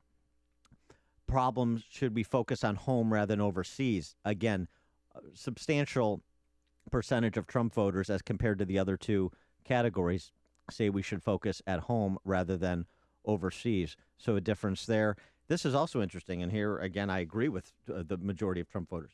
More important to stand up for one's convictions than seek common ground. Again, Trump voters, more important, 60-40 Trump voters, more important to stand up for one's convictions. A minority, super minority of establishment voters feel that way. A majority of social conservative voters feel that way. So more conviction-oriented Trump voters is interesting. The only other thing that's by the way, Trump voters also much stronger supporters of gun rights. The only thing that's interesting about this that was a little surprising was the frequency of church going. Trump voters actually less church going, significantly less church going than either category, particularly social conservative voters, but even establishment voters. Really? So I thought maybe they say 2 Corinthians or 2 Corinthians. Yeah, well, possibly. But I just think it's interesting to get a profile of the Trump voter because these are the people that essentially feel like both parties have let them down, and so they're looking for a third way. And I frankly am very sympathetic to their viewpoints. I've just said from the beginning, I think Trump is the wrong vehicle for expression of those legitimate frustrations and exasperations. But for more on this and looking at this from an economic perspective, we're now joined by the aforesaid Stephen Moore from the Heritage Foundation. Steve, thanks for being with us. Appreciate it. Hi, good morning, guys. Just finished digging out. So, the government is on temporary close again today, so the nation is safe 3 days in a row. Right, exactly. Yes, all right. In terms of, I know you're an economist, but you're also a keen political observer. The Trump phenomenon, which is not abating. Cruz has moved up a little bit, but it's not abating. Are you prepared at this point to say it is more likely than not that Trump is going to be the nominee? I would say that's a tough one. I'd say he's got a 50-50 chance of being the nominee at this point. That's a high percentage given that there are 11 people in the field. I think that, first of all, let me say this. Immigration on average is clearly good for the United States economy. Our country was built on immigrants, and people who think that immigrants are bad for the economy. Now, that's legal immigration I'm talking about. People come in through the rules and want to work hard and build a better life for themselves. That's what America is all about, and that's what's made our country, the mightiest in the world economically. Same thing with trade. I think what's going on here, though, is that I think the big thing is people who are Trump voters. And by the way, I'm not as anti-Trump as you might think, guys. I think there's a lot of common sense in what Trump says. What Trump voters are most united about is feeling completely let down by the Republican majorities, feeling like they've abandoned the principles. That's why, when you said these are people of conviction, we want the Republicans to do what they said they're going to do. And this is why that budget deal, remember we talked about this, guys, at the end of mid-December, that budget deal was such a disgrace, such a betrayal. It just completely played into the hands of the Trump phenomenon, which is these people lie. They're hardly any better than the Democrats. They have no convictions. They break their promises, and those are the Trump voters. And being in Washington, I kind of agree with them that the Republican majorities have let us down. Stephen Moore, what do you think about his latest stunt? I think it's a stunt by not going to the debate on Thursday night. Is that a good idea, a bad idea? Is that going to help him or hurt him? Now, what's his? I heard a little bit. What is his? Why is he saying he might not go to the debate? He's saying he's not going because of Megyn Kelly and because of Fox News Channel kind of sending out a statement that was sarcastic about him. Well, it's interesting. Rand Paul did not attend the last debate in Charleston, and his numbers actually increased after he didn't participate in the debate. So he's on the main stage. This one, Yeah. So look, I think that, and by the way, Trump is the reason, so many people are tens of millions of people are watching these debates. It'll be a huge blow to my friends at Fox News, and I work for Fox, so I'd hate to see Trump not show up. I hope he does. I hope this is just a bluff. But by the way, look, Megyn Kelly didn't. She asked some tough questions, but I think they were legitimate questions. And so I don't think that people should say, "Oh, she's being harsh on Trump." She was harsh on everybody, and appropriately so. Those are the tough questions that are going to be asked when they have to stand up against Hillary or Bernie or Al Gore or whoever it's going to be on the Democratic side. And by the way, that's the big story right now that people aren't paying attention to, is Hillary Clinton. It is a complete meltdown right now. Her numbers are horrible. She only has 40% support among Democratic voters. How in the world is she ever going to get to 51%? Well, it's going to be difficult from prison, too. So you're right. Yeah, right. But that doesn't disqualify her. No, of course not. But so to that point, this week we have the prospect of Michael Bloomberg candidacy because Hillary is in such trouble, saying he'll spend $1 billion if he runs. Remind us about Michael Bloomberg and his record as mayor of New York City. So here's my advice, folks. If you're worried about Michael Bloomberg being the next president, stock up on your big gulps right now. Yeah, that's right. And guns. Because remember, this is a guy who wanted to outlaw, sweet drinks from McDonald's and 7-Eleven, and he was a decent mayor and so much better than the mayor that they have right now. Of course, De Blasio, who's a wacko leftist, but he's kind of Stalinistic. I mean, he basically wants to take away people's guns. He wants to take away their French fries and their sweet drinks. He is pro-abortion. He is not a conservative. Now, look, I take this very seriously, by the way, guys. I think if Trump is the nominee, Bloomberg, there's a good chance Bloomberg throws his hat in the ring as an independent. He could spend $1 billion. And I want to make one other point. When he announced that he might run last week, when the word whispered out, Bernie Sanders made this point. Well, there you go. Now you've got two billionaires in the race, and this is so terrible. I'm like, wait a minute. You know what? These are two people, love them or hate them, Donald Trump and Bloomberg, who built businesses. They're men of accomplishment. What has Bernie Sanders ever done in his life? He didn't get a job until he was 40. He couldn't even be a community organizer. So I think that this is what is attractive about these guys, is they are people of accomplishment. And I don't know about you guys, but I'm sick of career politicians. Let's give a businessman a try. Could anybody mess things up more than Barack Obama has, who couldn't even run a lemonade stand? All right, so we'll leave that rhetorical question there. Steve Moore. Well, come on, answer me, Dan. Yeah, you're gonna let it hang. Maybe Bernie Sanders. I don't know. That'd be about the only one. Steve Moore, Chief Economist at the Heritage Foundation. Steve, thanks for joining us. See you guys. Have a great day. And he joined us on our turnkey.pro answer line. The stories you need to know to start your day. This is Chicago's Morning Answer on AM 560. The Answer.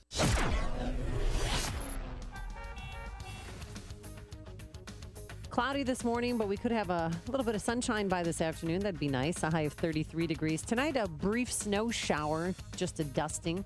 And then tomorrow, mostly cloudy, warmer, a high of 38. Let's get the travel times. Here's Jim Telemonte. Thank you, Amy. And Dan, the Kennedy inbound has delays starting at Cumberland. 50 minutes now from O'Hare to downtown. 35 from Montrose, 31 in the Express. Outbound 30 from downtown to O'Hare. Edens, just 22 minutes Lake Cook to Montrose, outbound 23. But the Eisenhower is an hour and 10 minutes from Thorndale to downtown, 54 minutes from Manheim, outbound 52 to Thorndale. The delays extend out to 25th.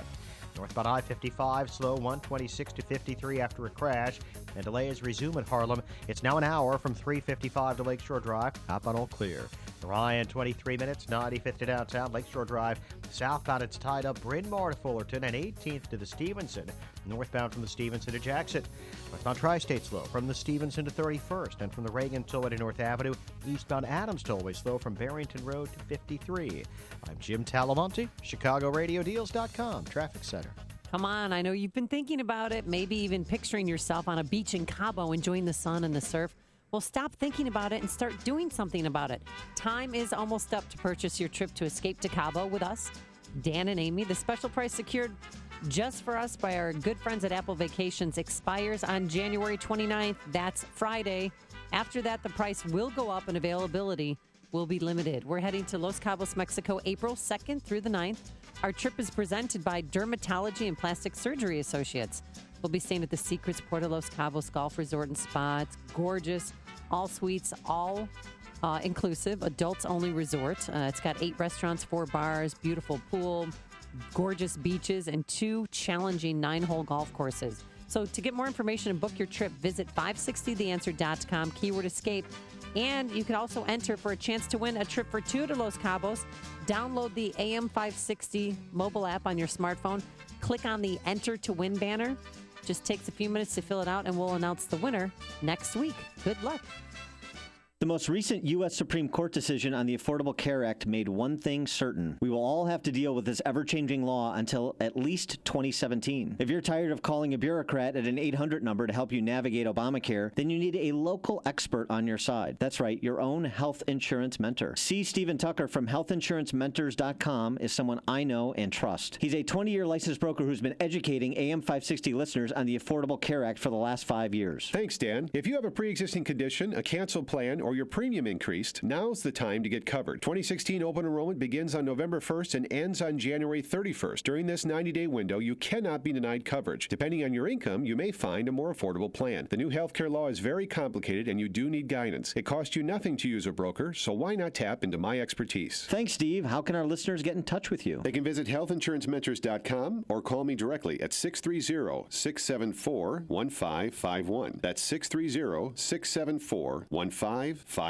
Hey, do you know my friend Laz Coulchar from Automated Systems, who sponsored and spoke at Freedom Summit and wowed the crowd with his story of escaping communism, coming to the U.S. and building a successful software and systems integration company? Here's Laz Coulchar to explain. Thanks, Joe. I built my company to deliver solutions for industry's toughest automation challenges by giving clients customized solutions to make production lines, facilities, and plants run with less downtime, more speed, and fewer rejects. Our systems provide reliability and deep insight into our clients' manufacturing operations for companies of all sizes, from Fortune 500 life science to successful startups. Thanks, Laz. If you even suspect that Automated Systems could benefit your company, then call him. There's no obligation. Call Laz at Automated Systems at 844-HIRE-ASI or visit automatedsys.com. That's 844-HIRE-ASI. This is Dan Proft with an Upstream Idea, brought to you in part by the Illinois Policy Institute. 97. That's the percentage of Chicago Teachers Union members who voted yes in a recent mock vote. Yes, they voted. They are prepared to go out on strike for the second time in 4 years. The annual average CPS teacher salary is just under $80,000.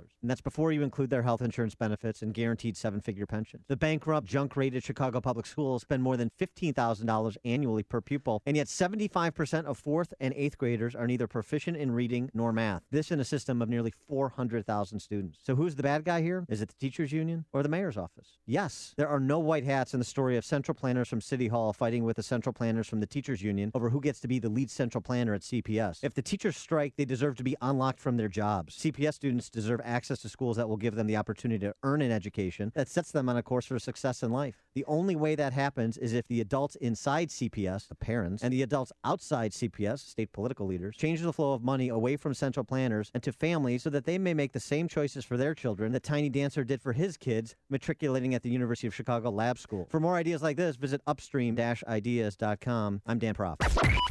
AM 560, The Answer. Dan and Amy. Amy, I've got some good news for Caitlyn Jenner. Yes. Caitlyn Jenner can participate in the Olympic decathlon again, and this time he can do so as a woman.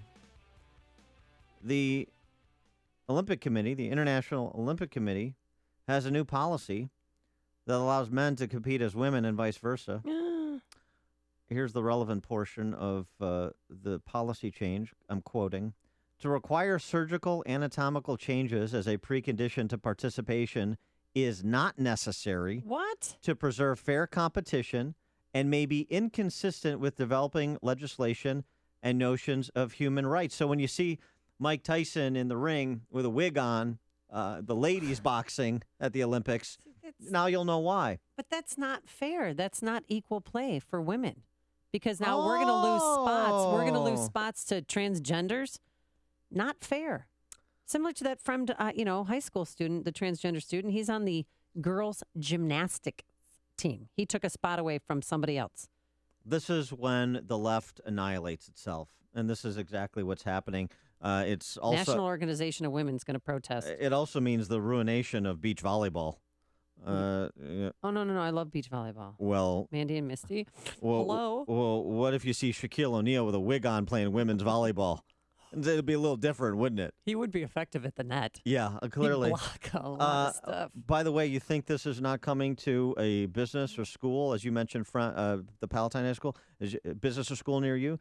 A judge in Minnesota recently awarded a transgendered woman $115,000 because her employer wouldn't let a man use the woman's bathroom. It's coming. You've made the switch, and it feels so good. You've switched to Chicago's Morning Answer on AM 560. The Answer. And now, a moment of objectivism with your Ron Brook and the Ayn Rand Institute. How does economic inequality emerge in a free society? From a bunch of win-win transactions. When J.K. Rowling wrote Harry Potter books, she created something of value. A bunch of great stories that millions of people willingly and happily paid $20 a piece for. Now, what happened to inequality as a result? It grew. Rowling became a billionaire, while her fans saw their income stay the same and their wealth go down by a tiny amount, $20. Inequality grew, but everyone was better off as a result. That's the way inequality arises under freedom, and that's why it should. For more, see my book with Don Watkins, Equal is Unfair, America's Misguided Fight Against Income Inequality. Visit ARIradio.com. From the Ayn Rand Institute, I'm Ron Brook. This has been a moment of objectivism from the Ayn Rand Institute. To learn more, listen to the Yaron Brooks Show, Saturdays at 4 on AM 560, and visit ARIradio.com.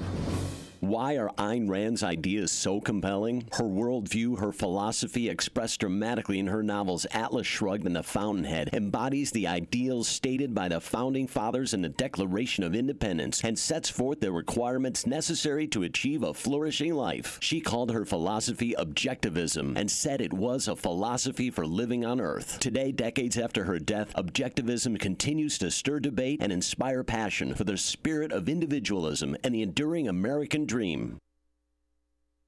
Guys and girls, listen up. Maybe we can't stop time, but these bags and puffiness under the eyes don't need to be there. And now, thanks to Genucell, you can definitely get rid of them.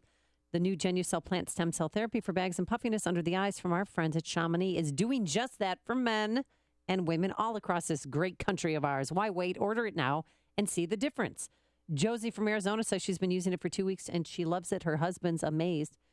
And with its instant effects, you can see results in as little as 12 hours. So call 800-525-8323, 800-525-8323. Order Genucell right now and get the legendary Esotique wrinkle treatment absolutely free with your order. Genucell works, guaranteed, or your money back. 800-525-8323.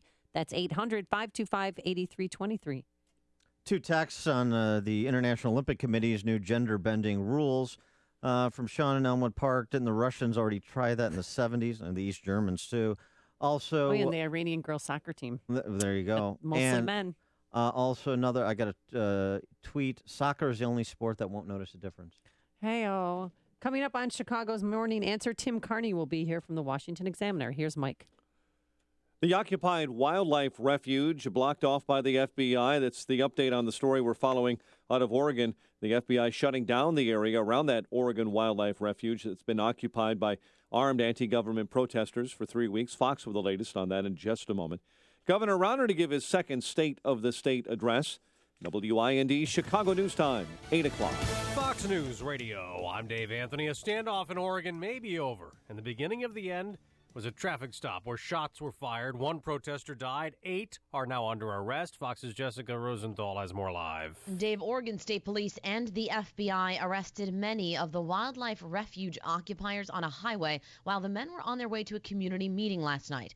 Lavoy Finicum, the group spokesman, was shot and killed. The leader of the group, Ammon Bundy, and 4 others, including his brother Ryan, were arrested. Cliven Bundy is their father. I feel like my sons are on good missions, doing good things, helping people. They weren't threatening nobody. It's not clear how many people remain at the refuge, but police set up checkpoints along the roadway in and out, and only local property owners are allowed to come and go, Dave. Jessica, Donald Trump keeps taking shots at Fox and Megyn Kelly on Twitter the morning after pulling out of tomorrow night's presidential debate. I said bye-bye. Fox's Rachel Sutherland live in Washington. Trump tweeted this morning he's not going to call Megyn Kelly a bimbo, but a lightweight reporter as he digs in his heels about boycotting. The other Republican candidates are hoping they'll be the winner in this game of political chicken. Senator Ted Cruz. He cannot stand the scrutiny, and that means he's not up to the job of being commander-in-chief. Ben Carson weighs in. If you get into the presidency, I guarantee you there's going to be unfairness. Fox News says Trump is still welcome, but he can't dictate the moderators or the questions. Dave. Rachel, there's yet another lawsuit over Flint, Michigan's lead-contaminated water, at least the fourth one.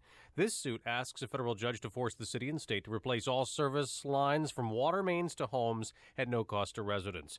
Kids are not in classes today in Lawrence Township, Indiana. Mourning a school principal hailed as a hero. We lost a great educator. Superintendent Sean Smith, after a school bus accident that killed Susan Jordan, the bus jumped a curb and the principal pushed several students out of the way before she was struck. Fox News Radio, fair and balanced.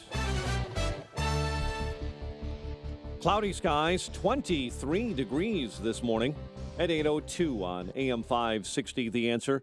I'm Mike Scott, an Illinois man who prosecutors say plotted with his cousin to carry out terror attacks here in the U.S. is due to be sentenced today. Jonas Edmonds of Aurora is set to appear in a Chicago federal courtroom. Edmonds has pleaded guilty to conspiring to provide material support to ISIS. He faces a maximum 23-year prison term. That after his cousin Hassan pleaded guilty to similar counts. He will be sentenced later. A Milwaukee man faces charges for planning a mass shooting. Sami Mohammed Hamza is charged with possessing machine guns and a silencer. He's accused of plotting an attack on a Masonic temple in Milwaukee, where he said he wanted to kill 30.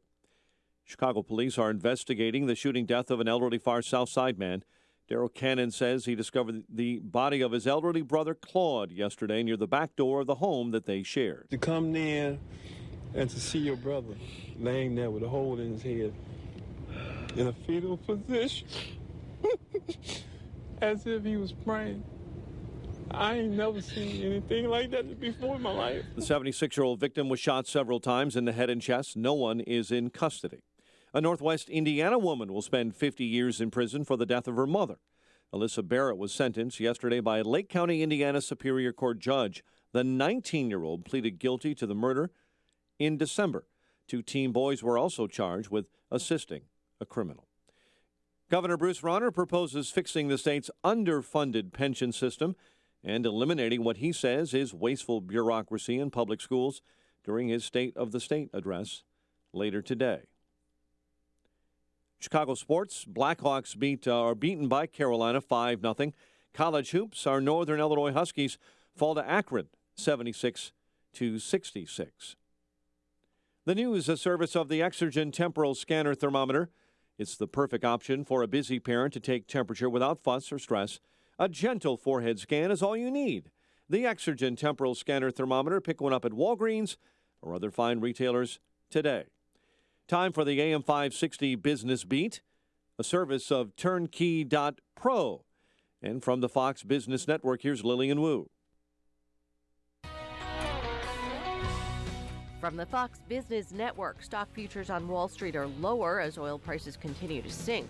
The Fed wrapping up a 2-day meeting, and some investors are hoping for signals that rate hikes will be more mild than previously planned in the face of China's struggles, turbulence in the market, and sinking oil prices. A closely watched survey showing that German consumer confidence remains stable despite worries about the migrant crisis and recent terror attacks in Paris. Boeing shares down in pre-market trading as the company forecasts lower than estimated 2016 core earnings. Biogen's fourth quarter revenue rose 7.5%. Tupperware not locking in anticipated earnings. Fourth quarter profits reported at $58.1 million, adjusted earnings $1.35 a share. Analysts were expecting $1.39. With the Fox Business Report, I'm Lillian Wu. 8:05 in Chicago, and a check of traffic and weather coming up next on AM 560. The weather in Chicago is cold. The The weather in Los Cabos, Mexico is warm and sunny. AM 560 wants to send you to Los Cabos with Dan and Amy this April. Enter to win an all-expenses-paid trip to Secrets Porto Los Cabos Golf and Spa Resort, courtesy of Apple Vacations. The only way to enter to win is through the AM 560 The Answer mobile app. So download the mobile app today and enter to win a trip to Los Cabos. Have you ever questioned whether your money is in the right place or thought that maybe you should be doing something different? Tune in Sunday mornings at 10 to In the Know with Wealth Management Group, hosted by Craig Bolanos, founder and CEO of Wealth Management Group, LLC, right here on AM 560, The Answer. Visit them online at investwithwmg.com. That's investwithwmg.com. QL1, this is Control. Ground crew is secure. Over. Copy that, Control. Rockets powering up. Over. QL1, this is Control. Does Rocket Mortgage require me to fill out a bunch of paperwork? Negative, Control. Rocket Mortgage by Quicken Loans is the first on-demand mortgage machine that quickly and seamlessly imports your financial data. You can go through the entire mortgage approval process in minutes. Copy that, QL1. That is fast, like rocket fast. Do you think that's why they named it Rocket Mortgage? Over. Affirmative, Control. That's probably why they named it Rocket Mortgage. It also works on any internet-ready device, so you can get a Rocket Mortgage at any time or place you choose. Roger that, QL1. So technically speaking, you could get a Rocket Mortgage at rocket speed from inside an actual rocket? Please just press the button, Control. Over. Copy that, QL1. 3, 2, 1. Rocket Mortgage at QuickenLoans.com. Push button. Get mortgage. Rocket. Visit for cost information and conditions. Equal housing lender. Licensed in all 50 states and MLSConsumerAccess.org number 3030. 8:07. Let's get an update on the roads in our ChicagoRadioDeals.com traffic center. The latest with Jim Talamonte. Thanks, Mike. Inbound Eden's delay started Foster. 22 minutes, Lake Cook to Montrose. Outbound 24. Inbound Kennedy delay started Foster. 46 minutes, O'Hare to downtown. 31 from Montrose. 23 in the Express. Outbound 28 minutes, downtown to O'Hare. Inbound Eisenhower runs an hour and 10 minutes from Thorndale to downtown. 54 minutes from Manheim. Outbound 52 to Thorndale. Stevenson, an hour, 3:55 to Lakeshore Drive. Outbound delay free. The Ryan is 23 minutes, 95th to downtown. Bishop Ford jammed up 150th before the Ryan with a stall in the left lane. 37 minutes, 80-94 to the merge. Lakeshore Drive delays are southbound Bryn Mawr to Fullerton and 18th to the Stevenson. Northbound from the Stevenson to Jackson. Northbound Tri-State slow from the Stevenson to 31st and the Reagan Tollway to North Avenue. Adams Tollway, they're slowing from Barrington Road to 53. Traffic answers when you need them most. I'm Jim Talamonte on AM 560, The Answer. Chicago's Morning Answer continues next. Your official Chicagoland weather forecast from the AirComfort.com Weather Center. Air Comfort, 80 years of quality mechanical solutions for your business. Here's our meteorologist, Kevin Snyder. Clouds today with some sun for the afternoon, high 33, then an evening snow shower, otherwise mostly cloudy and breezy tonight. Wind gusts up to 30 miles per hour, low 29. Tomorrow mostly cloudy with a high 38 and low clouds at night with a low 21. I'm Kevin Snyder on AM 560, The Answer. Currently 23 at O'Hare, 26 along Chicago's lakefront. Next news at 8:30. Chicago's Morning Answer with Dan and Amy continues next on AM 560, The Answer. This hourly segment is brought to you by Advanced Planning Advisors, bringing you Smart Money Talk with Mike Moylan and Rob Curvin, Saturday mornings at 6. Good morning. Welcome to your Wednesday morning briefing. Here's what you need to know to start your day. The Donald Trump campaign accused of threatening Fox News anchor Megyn Kelly. Less than a week before the crucial Iowa caucuses, Trump has pulled out of the Fox News Republican debate Thursday night, accusing co-moderator Kelly of bias against him. Mr. Trump, we'll see you Thursday night, right? We'll be talking. Let's see. I don't like frankly, I didn't like the press releases that Fox put out.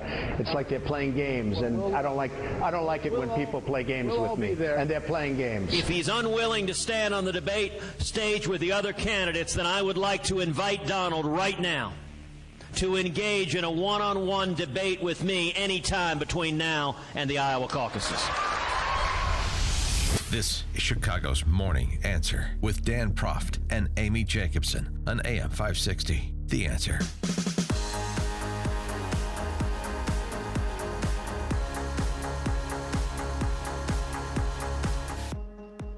Good morning, Dan and Amy. Text to the show from 312.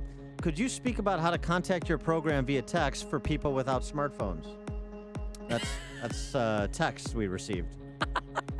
You've accomplished it, 312. Congratulations. You're all grown up. So you heard Ted Cruz at the top there, challenging him to one-on-one. I think we're getting to the point where it should be Aaron Burr, Alexander Hamilton time. Walk off 10 paces, and this is the way to winnow the field.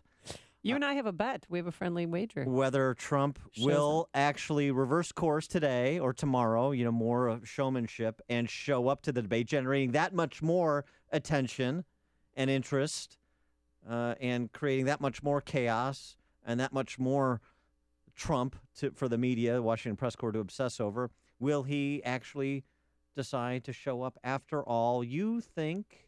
I think that he will show up for the debate. There's still an open invitation from Fox News Channel. Despite what's happened the past 12 hours, they still want him to go. And I think he's going to show up. Well, I've been wrong about Trump's staying power from the beginning. I suggested that, of course, he's going to participate in the debate yesterday. So I'm going to continue to be wrong and take the opposite position and say he won't show up, that he's actually going to stick to what he said he would do. We'll see. And we'll also see at this point if Trump is basically a fait accompli as the Republican nominee. Is it fair to start having that conversation? We put that question to our friend Tim Carney, the senior political columnist for the Washington Examiner. Tim, thanks so much for joining us. Appreciate it. Thank you for having me. So what about that? Are you prepared to say that it's a fait accompli, that Trump is the nominee? No, I'm not, and I'll tell you why. Because Iowa is, I think I probably said this on the show, it's a caucus, it's not a primary. That means that the polls don't do a perfect job of predicting, and specifically, Trump supporters are all first-time voters, first-time caucusers, including many of his precinct captains. He doesn't have a ground organization in Iowa where you need to go, and if you're a precinct captain, you're supposed to get a babysitter for the people who are supporting your candidate. You're supposed to make sure that your fellow supporters have lined up somebody to cover their shift that night, because you have to be there from 7 to 8 p.m. or 8 to 9 p.m. at your local middle school, and so the ground game matters a lot. So I think Iowa going to Trump is certainly not a done deal. I would say it's even below 50%. What if he wins Iowa, New Hampshire, and South Carolina? Is it over? So then the question is, does he have a ceiling? So when a guy like W wins those early primaries, wins Iowa, and then comes in and wins South Carolina, and then wins the later primaries, he didn't have a ceiling at he didn't have a cap at 40% or 35% like Trump might. Trump's negatives are the highest. They're up there. He and Jeb Bush actually have the highest negatives. And the number of people who say they could stomach Trump has been climbing from about 30% to higher. But the question is, if the field were whittled down to 2, if, say, a Kasich or a Cruz or a Rubio were to survive, with a second place, third place finish, second place finish there, then the question would be, sure, Trump is certainly number one in a 12-man field, but can he get above 50% in these other states if the field whittles down to 2? So that would be the way that Trump, who's winning in 50 state polls right now, that would be the way that he could end up not winning. Back to the caucuses in Iowa. I've been to a caucus. It was in '88. Didn't participate, but watched the process. It's really fascinating. Do you think, since you have to show your face and everybody knows who you're voting for, that there's some stigma attached to being a Donald Trump supporter? I think there is, with a certain portion. In other words, there's going to be proud Trump supporters, but there's going to be people who kind of feel. I wrote a big magazine article for the Examiner about the sort of economic struggles of a lot of the white working class. And there will be people who see that Trump is the only one speaking to that issue, or Trump was is the real outsider, and people might support him for those reasons and be happy in the privacy of a voting booth to pull the lever, but not want to say it in front of their neighbors, because there are a lot of social circles in places like Des Moines or in college towns where supporting Trump is completely unacceptable. And frankly, in a different way, that's what brought down Hillary in Iowa. People were so proud to support Obama. It was something historic. It was something people wanted to not just do, but tell everybody they were doing. Well, a lot of Hillary supporters were sort of resignedly doing it. And I think that's part of the reason why Hillary finished third in the 2008 Iowa caucus. If it does come down, as you suggested, one scenario, you start to see the field narrow and it becomes Cruz and Trump. At that point, does the Republican Party elite commit mass suicide? harikari? Yes, right. And this is my column today, actually, on the sort of the older lobbyist type. So this Trent Lott, Bob Dole, Rudy Giuliani, they all say they would support. They all say they would support Donald Trump in that circumstance because he's more of a deal maker, and because they think he would listen to their advice on how to run for re-election. So that would be an incredible moment. Me as a political observer here in Washington who observes the rifts between the conservative base and the lobbyist establishment, I think that would be an amazing thing to watch if it's Cruz versus Trump. But there will be lots of pressure for probably Rubio or maybe Kasich, whoever does best in those early primaries, to be the establishment guy and hang in there. From your time, I mean, you're inside the Beltway. From your time there, it seems to me there's a bit of a caricature about Ted Cruz. Let's get off Trump for a second. Ramesh Ponnuru has an interesting piece in Bloomberg. Cruz-hating Republicans need a reality check, and one of the things he suggests is that it's likely congressional Republicans would find it easier to work with Cruz than Trump. Cruz's Senate colleagues may think he's been selfish rather than principled when he picks fights, but his self-interest as a president, says Ponnuru, would point him towards passing conservative legislation, meaning he'd have to work with leadership in the House and the Senate. Is the kind of Cruz reputation of being this iconoclast more overblown? I wouldn't say overblown, but what Ramesh is arguing is that Cruz's tactics will be very different when he's president than they would be when he was a senator. And in some ways, that's obvious, and that would be true on anyone. In some ways, that's the sort of thing that it might be very well true, but it reminds me of, imagine if a guy was saying, "Oh, I'm gonna marry this girl," and she doesn't treat me well, but once we're married, then she will have to. But that's not something that would never heard that before. Right. And so, or vice versa. Oh, he's kind of a jerk, but he'll settle down once we're married. He'll stop drinking all night. And that's kind of what Ponnuru is asking a lot of the establishment to believe. I'm not saying it's not going to happen, but if it's part of Cruz's personality to be abrasive, but it's also part of Cruz's personality to be opportunistic, even more than the average politician, I would say. And so that's the reason to believe what Ramesh is arguing there. Speaking of believing, Hillary Clinton still believes she can pull off Iowa, possibly maybe New Hampshire. What are your sources telling you there? So again, you look at, in Iowa above all, you look at the organization, and Hillary has so much more money. Bernie has the sort of enthusiasm of the young voter and the out-of-state supporters coming in. The question is he more Obama or is he more Howard Dean? And there's a lot of reason to believe that he's Howard Dean. When people look at Obama's amazing political success, they assume it had to do with him and his message and how he inspired young voters, and that was half of it. That was a necessary condition. The second half, when it came to just being a sort of cold-blooded politician who knows how to get the job done, knows how to get people out to the polls, knows how to use data he wasn't just excellent, he was the best ever at running campaigns, and there's no way that Bernie Sanders is even close to that. So in that regard, I could see Hillary outperforming the polls in Iowa. And, a tie or a very close second place, calling it something of a victory. And then New Hampshire would be tough, but she pulled off an upset in New Hampshire 8 years ago. So this is my long-winded way of weaseling out of any sort of prediction on those two Democratic primaries. Very nicely done. And with respect to Trump, if he does not participate in the debate on Thursday night, do you think it changes the trajectory of the caucus on Monday at all? I don't know. The point of avoiding debates is to run out the clock, right? This is why front runners all over the country like to avoid debates, why Hillary's friends wanted to move the Democratic debates to, Sunday evenings at 11:30 p.m. Right. 3-day weekend. 3-day weekends during an NFL playoff game. I mean, so it's possible that going to the debate would provide more of a game-changer opportunity for Cruz or Kasich or Rubio, and Trump is smart enough to know that, and so he basically wants to skip the debate and hope that his skipping really dials down the viewership. In other words, he's not afraid of Megyn Kelly. He's afraid of Ted Cruz. So if Trump's strategy works, he's avoiding a game changer going into Iowa. But again, I think his total lack of organization might be the real game changer in Iowa. All right, he's Tim Carney, senior political columnist for the Washington Examiner, WashingtonExaminer.com. Tim, thanks for joining us. Thank you. Hear about the big stories of the day, then talk about them right here on Chicago's Morning Answer on AM 560. The Answer.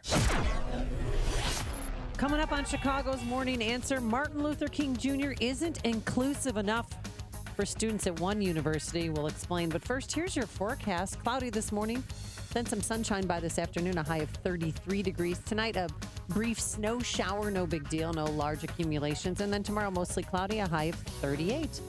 Let's see if there's any sticky wickies on the roadways. Here's Jim Telemonte. Well, the inbound Eisenhower is not too fun, Amy, and good luck getting on between 17th and Western. It's really jammed there. Also have delays from North Avenue to the Tri-State, so it's a sticky hour and 14 minutes from Thorndale to downtown. Outbound, it's a full hour. Really jammed Laramie to 25th. Eden's 22 minutes, Lake Cook to Montrose, outbound 24. The Kennedy, 46 minutes, O'Hare to downtown, and outbound 32. The Stevenson is an hour from 355 to Lakeshore Drive. It's fine outbound. Ryan, 23 minutes, 95th to downtown. Southbound Lakeshore Drive is all gummed up from Hollywood to Fullerton. There is a crash at Bryn Mawr blocking the left lane. And then it's also slow from 18th to the Stevenson. Northbound slow from the Stevenson to Jackson. The tollways in general aren't too bad. Reagan Tollway has a sticky spot eastbound between the Aurora Toll and Eola. It's heavier in that stretch than usual. Past that, it's fine. I'm Jim Talamonte, ChicagoRadioDeals.com, Traffic Center. Oh, it's so sticky. I know you've been thinking about it, even picturing yourself walking mano a mano with Dan Proft on the beach, going golfing with him maybe, the flat tax seminar you're going to have.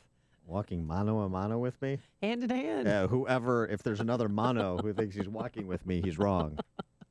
Well, time is almost up to purchase your trip to Escape to Cabo with us, Dan and Amy. The special price secured just for us by Apple Vacations expires Friday. That's in 2 days. After that, the price will go up and availability will be limited. We're heading to beautiful Los Cabos, Mexico, April 2nd through April 9th. Our trip is presented by Dermatology and Plastic Surgery Associates. We'll be staying at the Secrets Puerto Los Cabos Golf Spa and Resort. Really, it's just a well-appointed resort, top-notch. All the items, everything you could ever dream of will be in your suite. All-inclusive, adults only. And adjacent to the resort, 2 9-hole golf courses. So get more information. Book your trip today. Do it today by visiting 560theanswer.com. Keyword escape. That's 560theanswer.com. Keyword escape and enter for a chance to win a trip for 2 to Los Cabos with us. Go to download the AM560 mobile app and type in enter to win banner and good luck. Change in the market shouldn't be a surprise to anyone. In fact, since World War II, we've seen a correction on average about once every 18 months. That's why Arlington Capital Management developed proprietary tools that help them to see what's beyond your investment horizon. Like an experienced ship captain uses tools to avoid stormy weather, Arlington Capital Management uses tools to guide you through market corrections before it's too late and help us decide when to capitalize on opportunity. Call Arlington Capital Management today at 855-471-5796 to learn how their active management systems can help you. Each day, they actively explore the market, our economy, and all the variables that affect your investments. Stormy markets never cloud their vision. The professionals at Arlington Capital Management use their tools and experience to guide them. Call Arlington Capital Management today at 855-471-5796 for a financial review. The number again is 855-471-5796 or learn more at arlington-capital.com. Here's Dr. Howard, formulator of Balance of Nature, an all-natural, 100% organic fruit and vegetable supplement. Did you know 40% of all cancer could be prevented? That's a fact. Along with maintaining appropriate body weight and regular exercise, the American Institute for Cancer Research and the USDA confirm that eating 9 to 11 servings of fruits and vegetables every day is the key. Now ask yourself, am I at risk? How many servings of fruits and vegetables did I eat today? Balance of Nature has solved this problem and provides an easy and affordable way to consume over 10 servings of 31 different whole fruits and vegetables every day. Get real today with Balance of Nature's fruits and veggies. Call toll-free 800-2468-751. That's 800-2468-751. Or go online to balanceofnature.com and be sure to enter promo code Chicago. AM 560, The Answer. Dan and Amy. So, Amy, Martin Luther King Jr. is transphobic because he didn't include gender orientation in his I Have a Dream speech. This is the reductio ad absurdum of totalitarianism on American campuses. Student leaders at University of Oregon are considering removing a quote on a wall in its student center from King from the I Have a Dream speech. The quote, we all know, I have a dream, my 4 little children will one day live in a nation where they will not be judged by the color of their skin, but by the content of their character. I have a dream. Right. Well, it's not inclusive. That's not inclusive enough. Diversity is so much more than race, said some moron sophomore at the University of Oregon named Mia Ashley. People identify different in gender and all sorts of things like that, she said eloquently. The entire reason that the quote was put there in the first place was to replace another quote that students had found offensive, one that called the university a leader in the quest for the good life for all men. All men. All men. So that's... Seriously? Seriously, Jake. That's a no-go. And Martin Luther King, he apparently is on the way out at the University of Oregon as well. University of Oregon Ducks. I've got a name for these student leaders that rhymes with ducks. Yeah, okay. All right there. Yes. Hold on! Yeah, I restrained myself. This is where, just as we talked about with the Olympics, this is where all of the sentimental leftists cannibalize each other. And as Flannery O'Connor once said, sentimentality leads to the gas chamber. This is what she was writing about. Well, you can't rewrite history. You can't make the I Have a Dream speech go away, but they're trying to do that. You apparently can. Too much power for the little kiddies over there. Speaking of campus updates, remember Melissa Click? She was the associate communications professor. Remember her? She asked for more muscle. Hi, media. Can I talk to you? No, you need to get out. Well, you need to get out. No, I don't. You need to get out. I actually don't. All right. Hey, who wants to help me get this reporter out of here? I need some muscle over here. Right. Need some muscle over here, yeah. This was a reporter. This was during the Missouri football team boycotting and all that jazz. Yeah, so she's been charged with third-degree assault and faces up to 15 days in jail for touching the student photographer's camera lens and his arm. And the university is still standing behind her. She's still on the payroll, and they've given her a safe space so that she can teach from home. And she's still possibly going to be tenured. Oh, sure. I mean, this is ridiculous. They didn't think it was safe for her to come to school yesterday because these charges were announced. Well, it's just a question, I guess we have to answer. And we know the answer at present, where there going to be any time where the adults, whether they're at universities or the adults that support universities around the country, take the universities back from the children masquerading as adults as well as the children on college campuses. That's a question. What in the hell's diversity?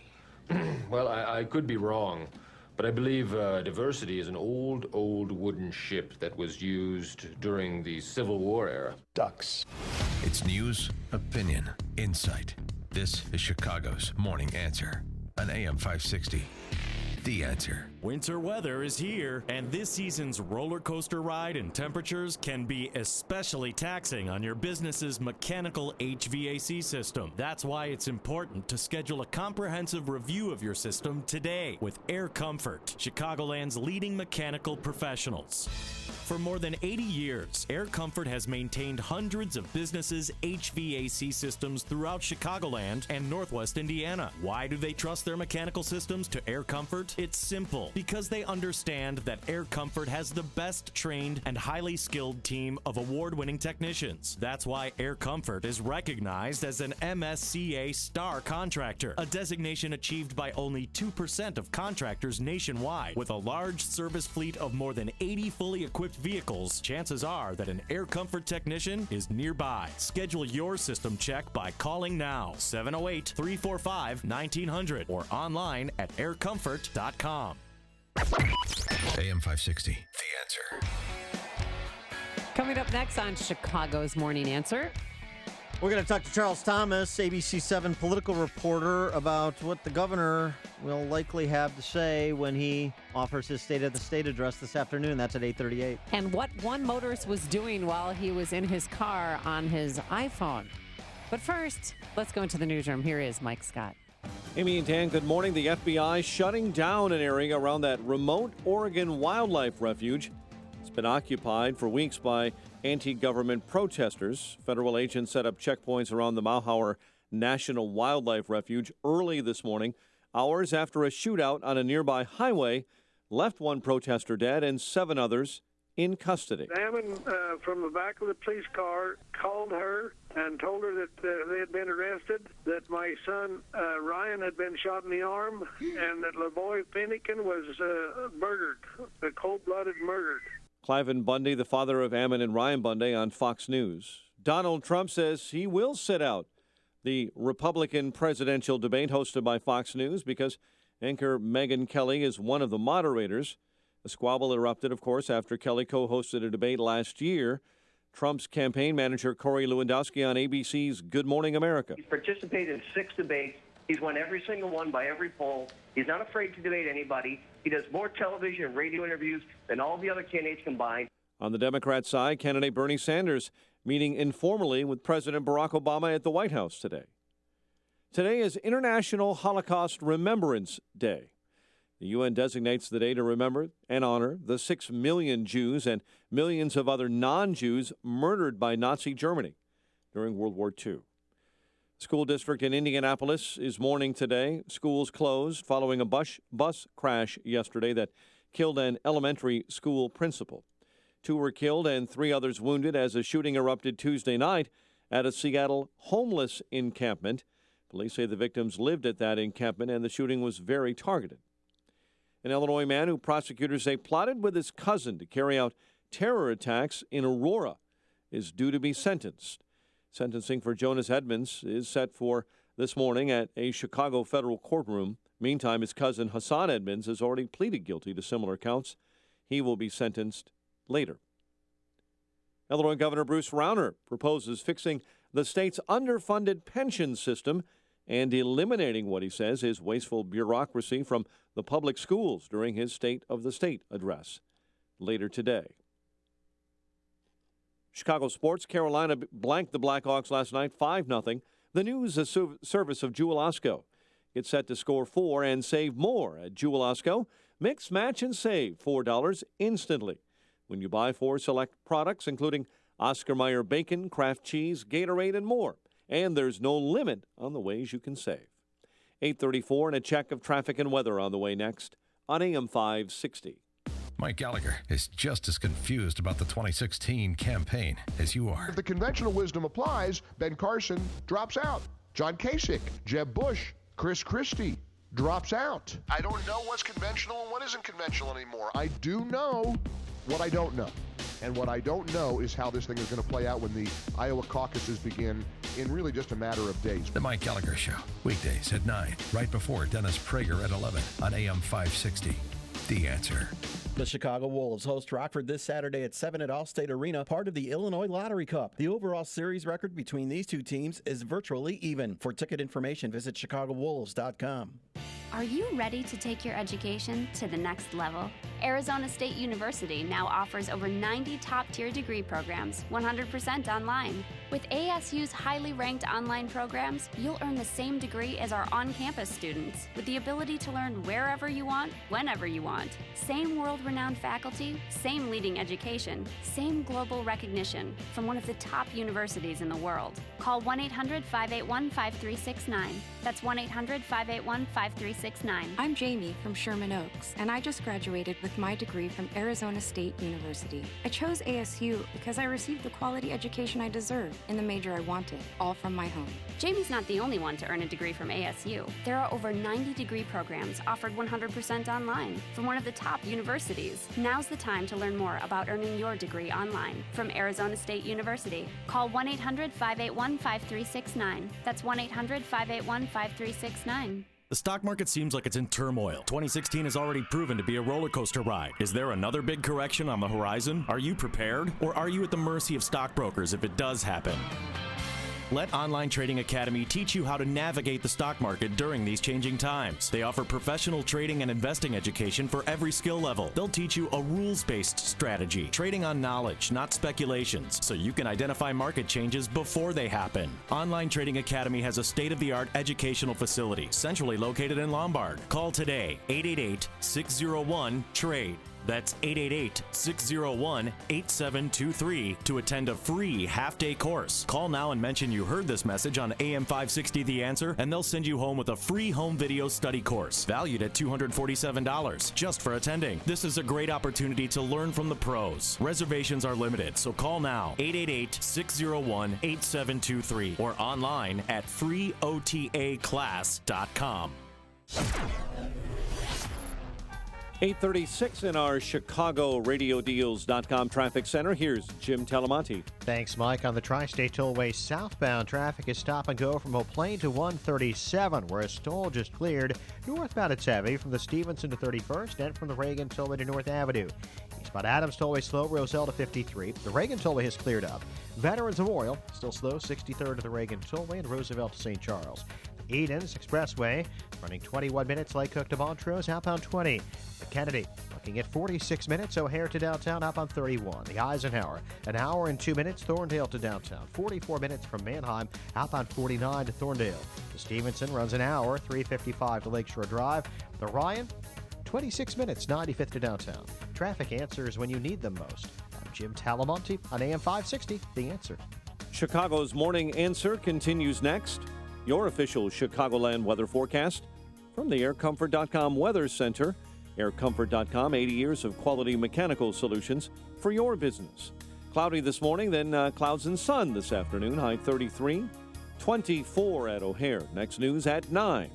Chicago's Morning Answer with Dan and Amy continues next on AM 560, The Answer. This hourly segment is brought to you by Market Overdrive with Carla Mina. 2 power hours of real estate trends, secrets, and advice heard every Saturday from 1 to 3 p.m. AM 560, The Answer.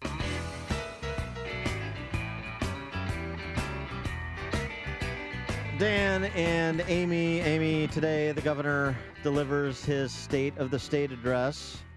The state of Illinois is it's the worst governed state in America. And the problem he has is he is willing to deal, but he's only willing to deal on some of the things Democrat legislative leaders want if they're willing to deal on some of the structural reforms that Governor Rauner wants, and they haven't been willing to deal on those structural reforms, his titled turnaround agenda, to this point. So what will he say today? Will it be a bit of a throwdown on legislative leaders, or will it be more conciliatory with Rauner trying to point to areas where bipartisan compromise has been reached, where deals have been cut, and opportunities to do more of that sort of deal making? What kind of tone do you want him to take, Dan?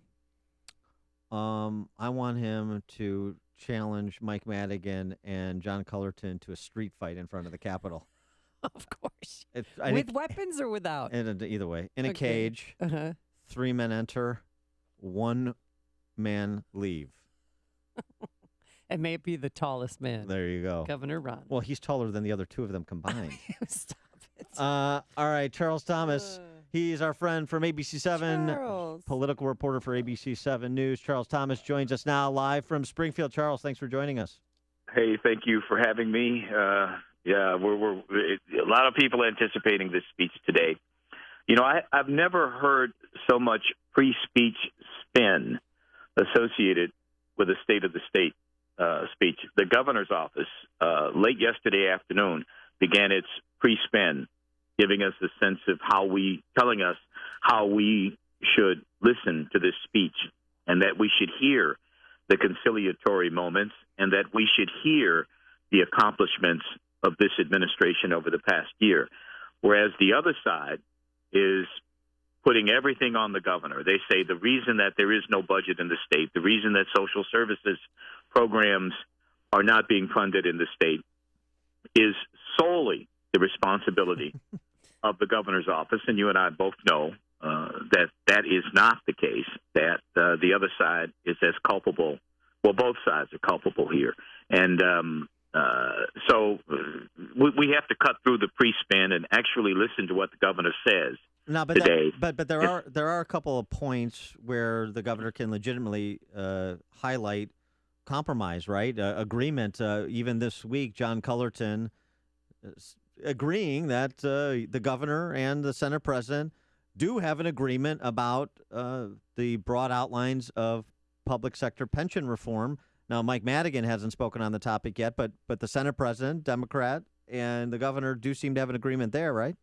Well, I don't know about that. I mean, we'll have to see that really happen. I mean, maybe that is a ploy to sort of take some of the starch out of the speech itself, because I mean, the governor knew State of the State was coming up today, so he had to do something to try to basically to create some kind of accomplishment.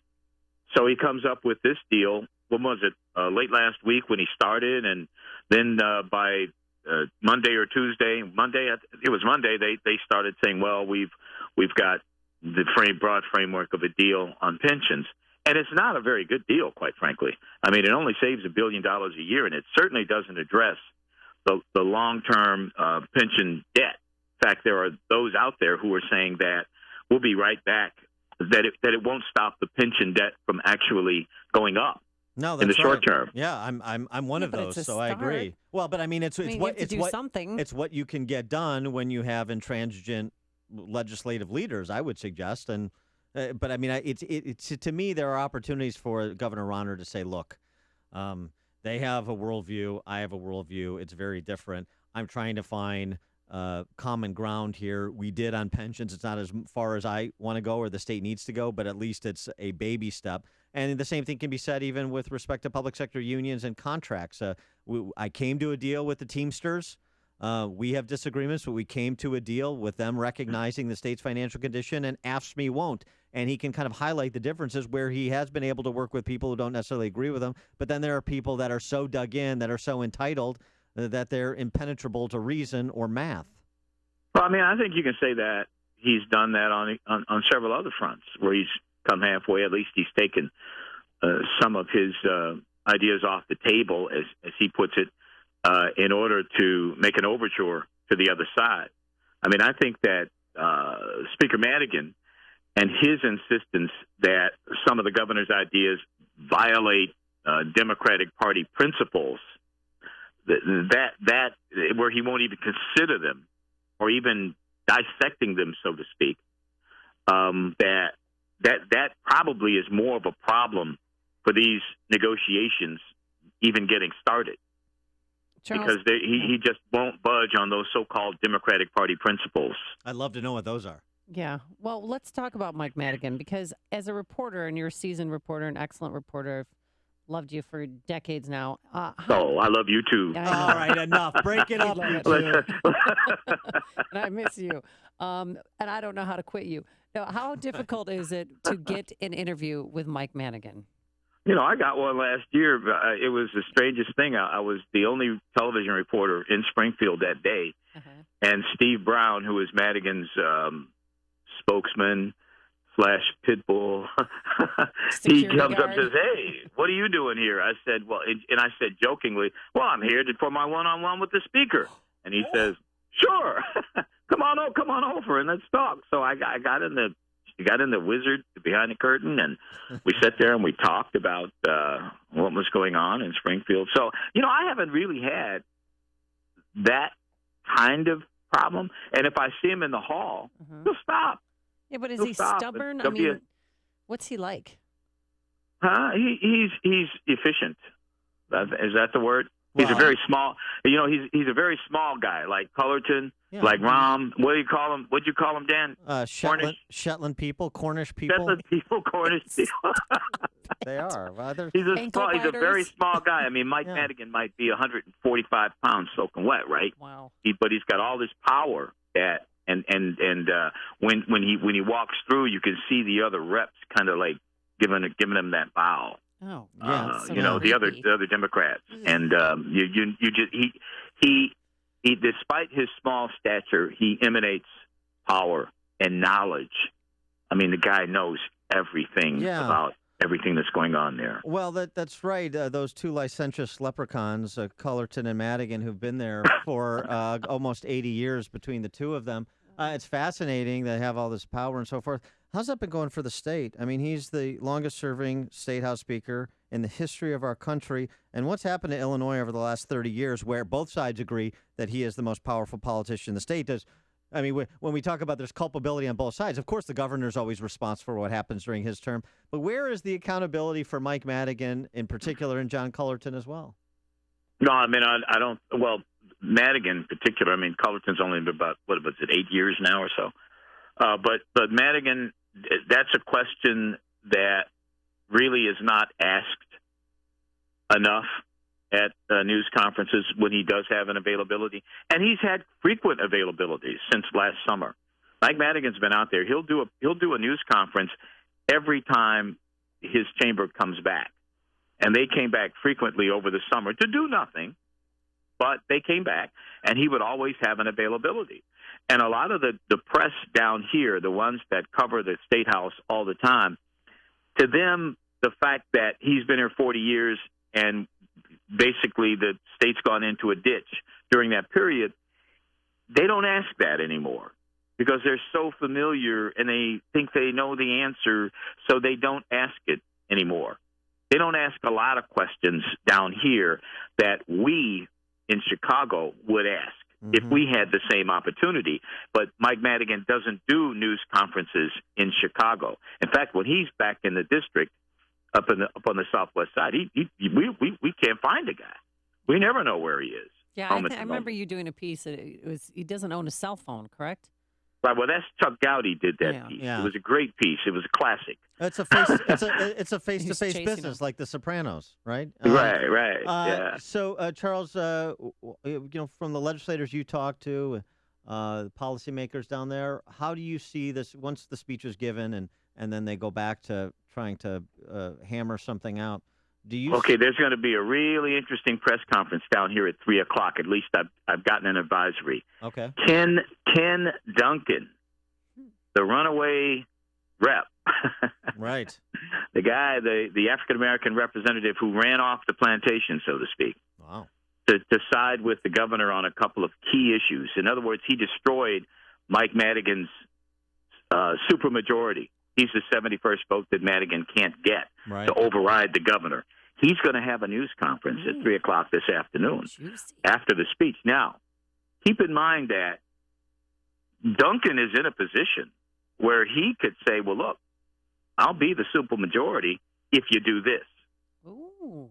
He has some serious chops right now, and I'm interested to see how he's going to use those chops. Now, he scheduled this news conference, so obviously he has something he wants to say.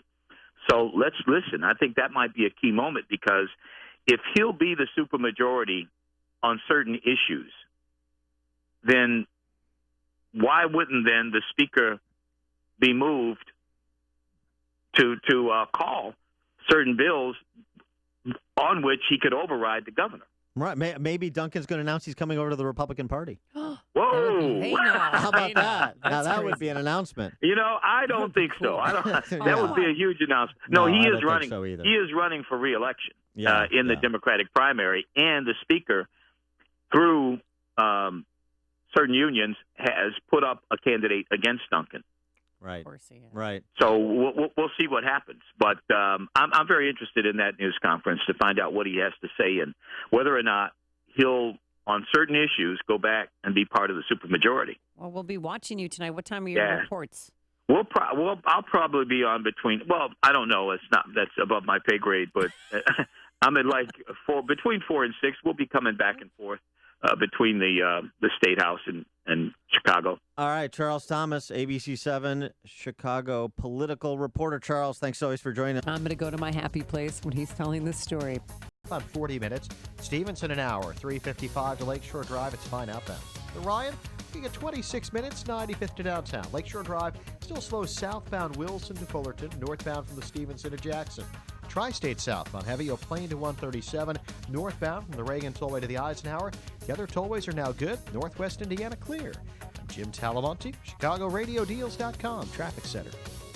560 The Answer, we talk about the important issues that affect your world. Things like the economy, education, and foreign policy. There's always so much going on in the news that we don't always have the time to drill down and talk about the big ideas behind the big issues. That's where Upstream Ideas comes in. Upstream Ideas, online at upstream-ideas.com, in partnership with the Illinois Opportunity Project, provides the kind of information that informs the policy discussions happening here on AM 560. At Upstream Ideas, you'll broaden the debate, move beyond partisan assumptions, and challenge accepted orthodoxies. In other words, Upstream Ideas goes against the current and thinks upstream. Go online now to upstream-ideas.com. That's upstream-ideas.com. You'll be armed with new information and fresh perspectives to spur you on to make the state of Illinois and the United States of America a bit more free, a bit more just, and a bit more civilized. Upstream-ideas.com. One of the first things you do when you know friends and family are coming over is panic. You need to clean up because your guests will remission evaluation with Image One, 630-616-1010. That's 630-616-1010 or online at imageonechicago.com. As the saying goes, you only get one chance to make that first impression. Make sure your impression is an Image One impression. Image One, 630-616-1010. Franchise opportunities are available. imageonechicago.com. Hey, do you know my friend Laz Coulchar from Automated Systems, who sponsored and spoke at Freedom Summit and wowed the crowd with his story of escaping communism, coming to the U.S., and building a successful software and systems integration company? Here's Laz Coulchar to explain. Thanks, Joe. I built my company to deliver solutions for industry's toughest automation challenges by giving clients customized solutions to make production lines, facilities, and plants run with less downtime, more speed, and fewer rejects. Our systems provide reliability and deep insight into our clients' manufacturing operations for companies of all sizes, from Fortune 500 life science to successful startups. Thanks, Laz. If you even suspect that Automated Systems could benefit your company, then call him. There's no obligation. Call Laz at Automated Systems at 844-HIRE-ASI or visit AutomatedSYS.com. That's 844-HIRE-ASI. Coming up next. 3 in the morning, Motors Clifford Ray Jones driving a 96 Toyota on Interstate 75, and investigators discovered he wasn't wearing pants and apparently was pleasuring himself while looking at a cell phone, and he got distracted. And that's really distracted driving. It is, but I mean, what's worse is he wasn't wearing a seatbelt. Right. And because of that, I mean, he was partially ejected through the car's sunroof. They ticketed him in addition to toe tagging him. And he, is going to be remembered as a great example, a great argument for those Google driverless cars. I'm not wearing any pants. Film at 11. Before you see it on TV, share it on Facebook, or read about it in the paper. Hear it here first. This is Chicago's Morning Answer on AM 560. The Answer. Hey, Sean Hannity here. Nothing frustrates me more than liberal hypocrisy. Take our food, for example. The left claims to care about the poor and the environment, But guess what? They're waging a silent war against America's farmers that is making our food supply more costly and less sustainable. America's family farmers are producing more food using less land and fewer resources than ever before. Now, they should be cheered, but instead, radical groups are working with government bureaucrats to crack down on our farmers and limit the tools and technology that they're allowed to use. Now, the result is higher food costs for you, the American consumer, and low-income families. They're hit the hardest. Now, thankfully, someone is fighting back. Protect the Harvest is a national coalition working to defend modern American agriculture.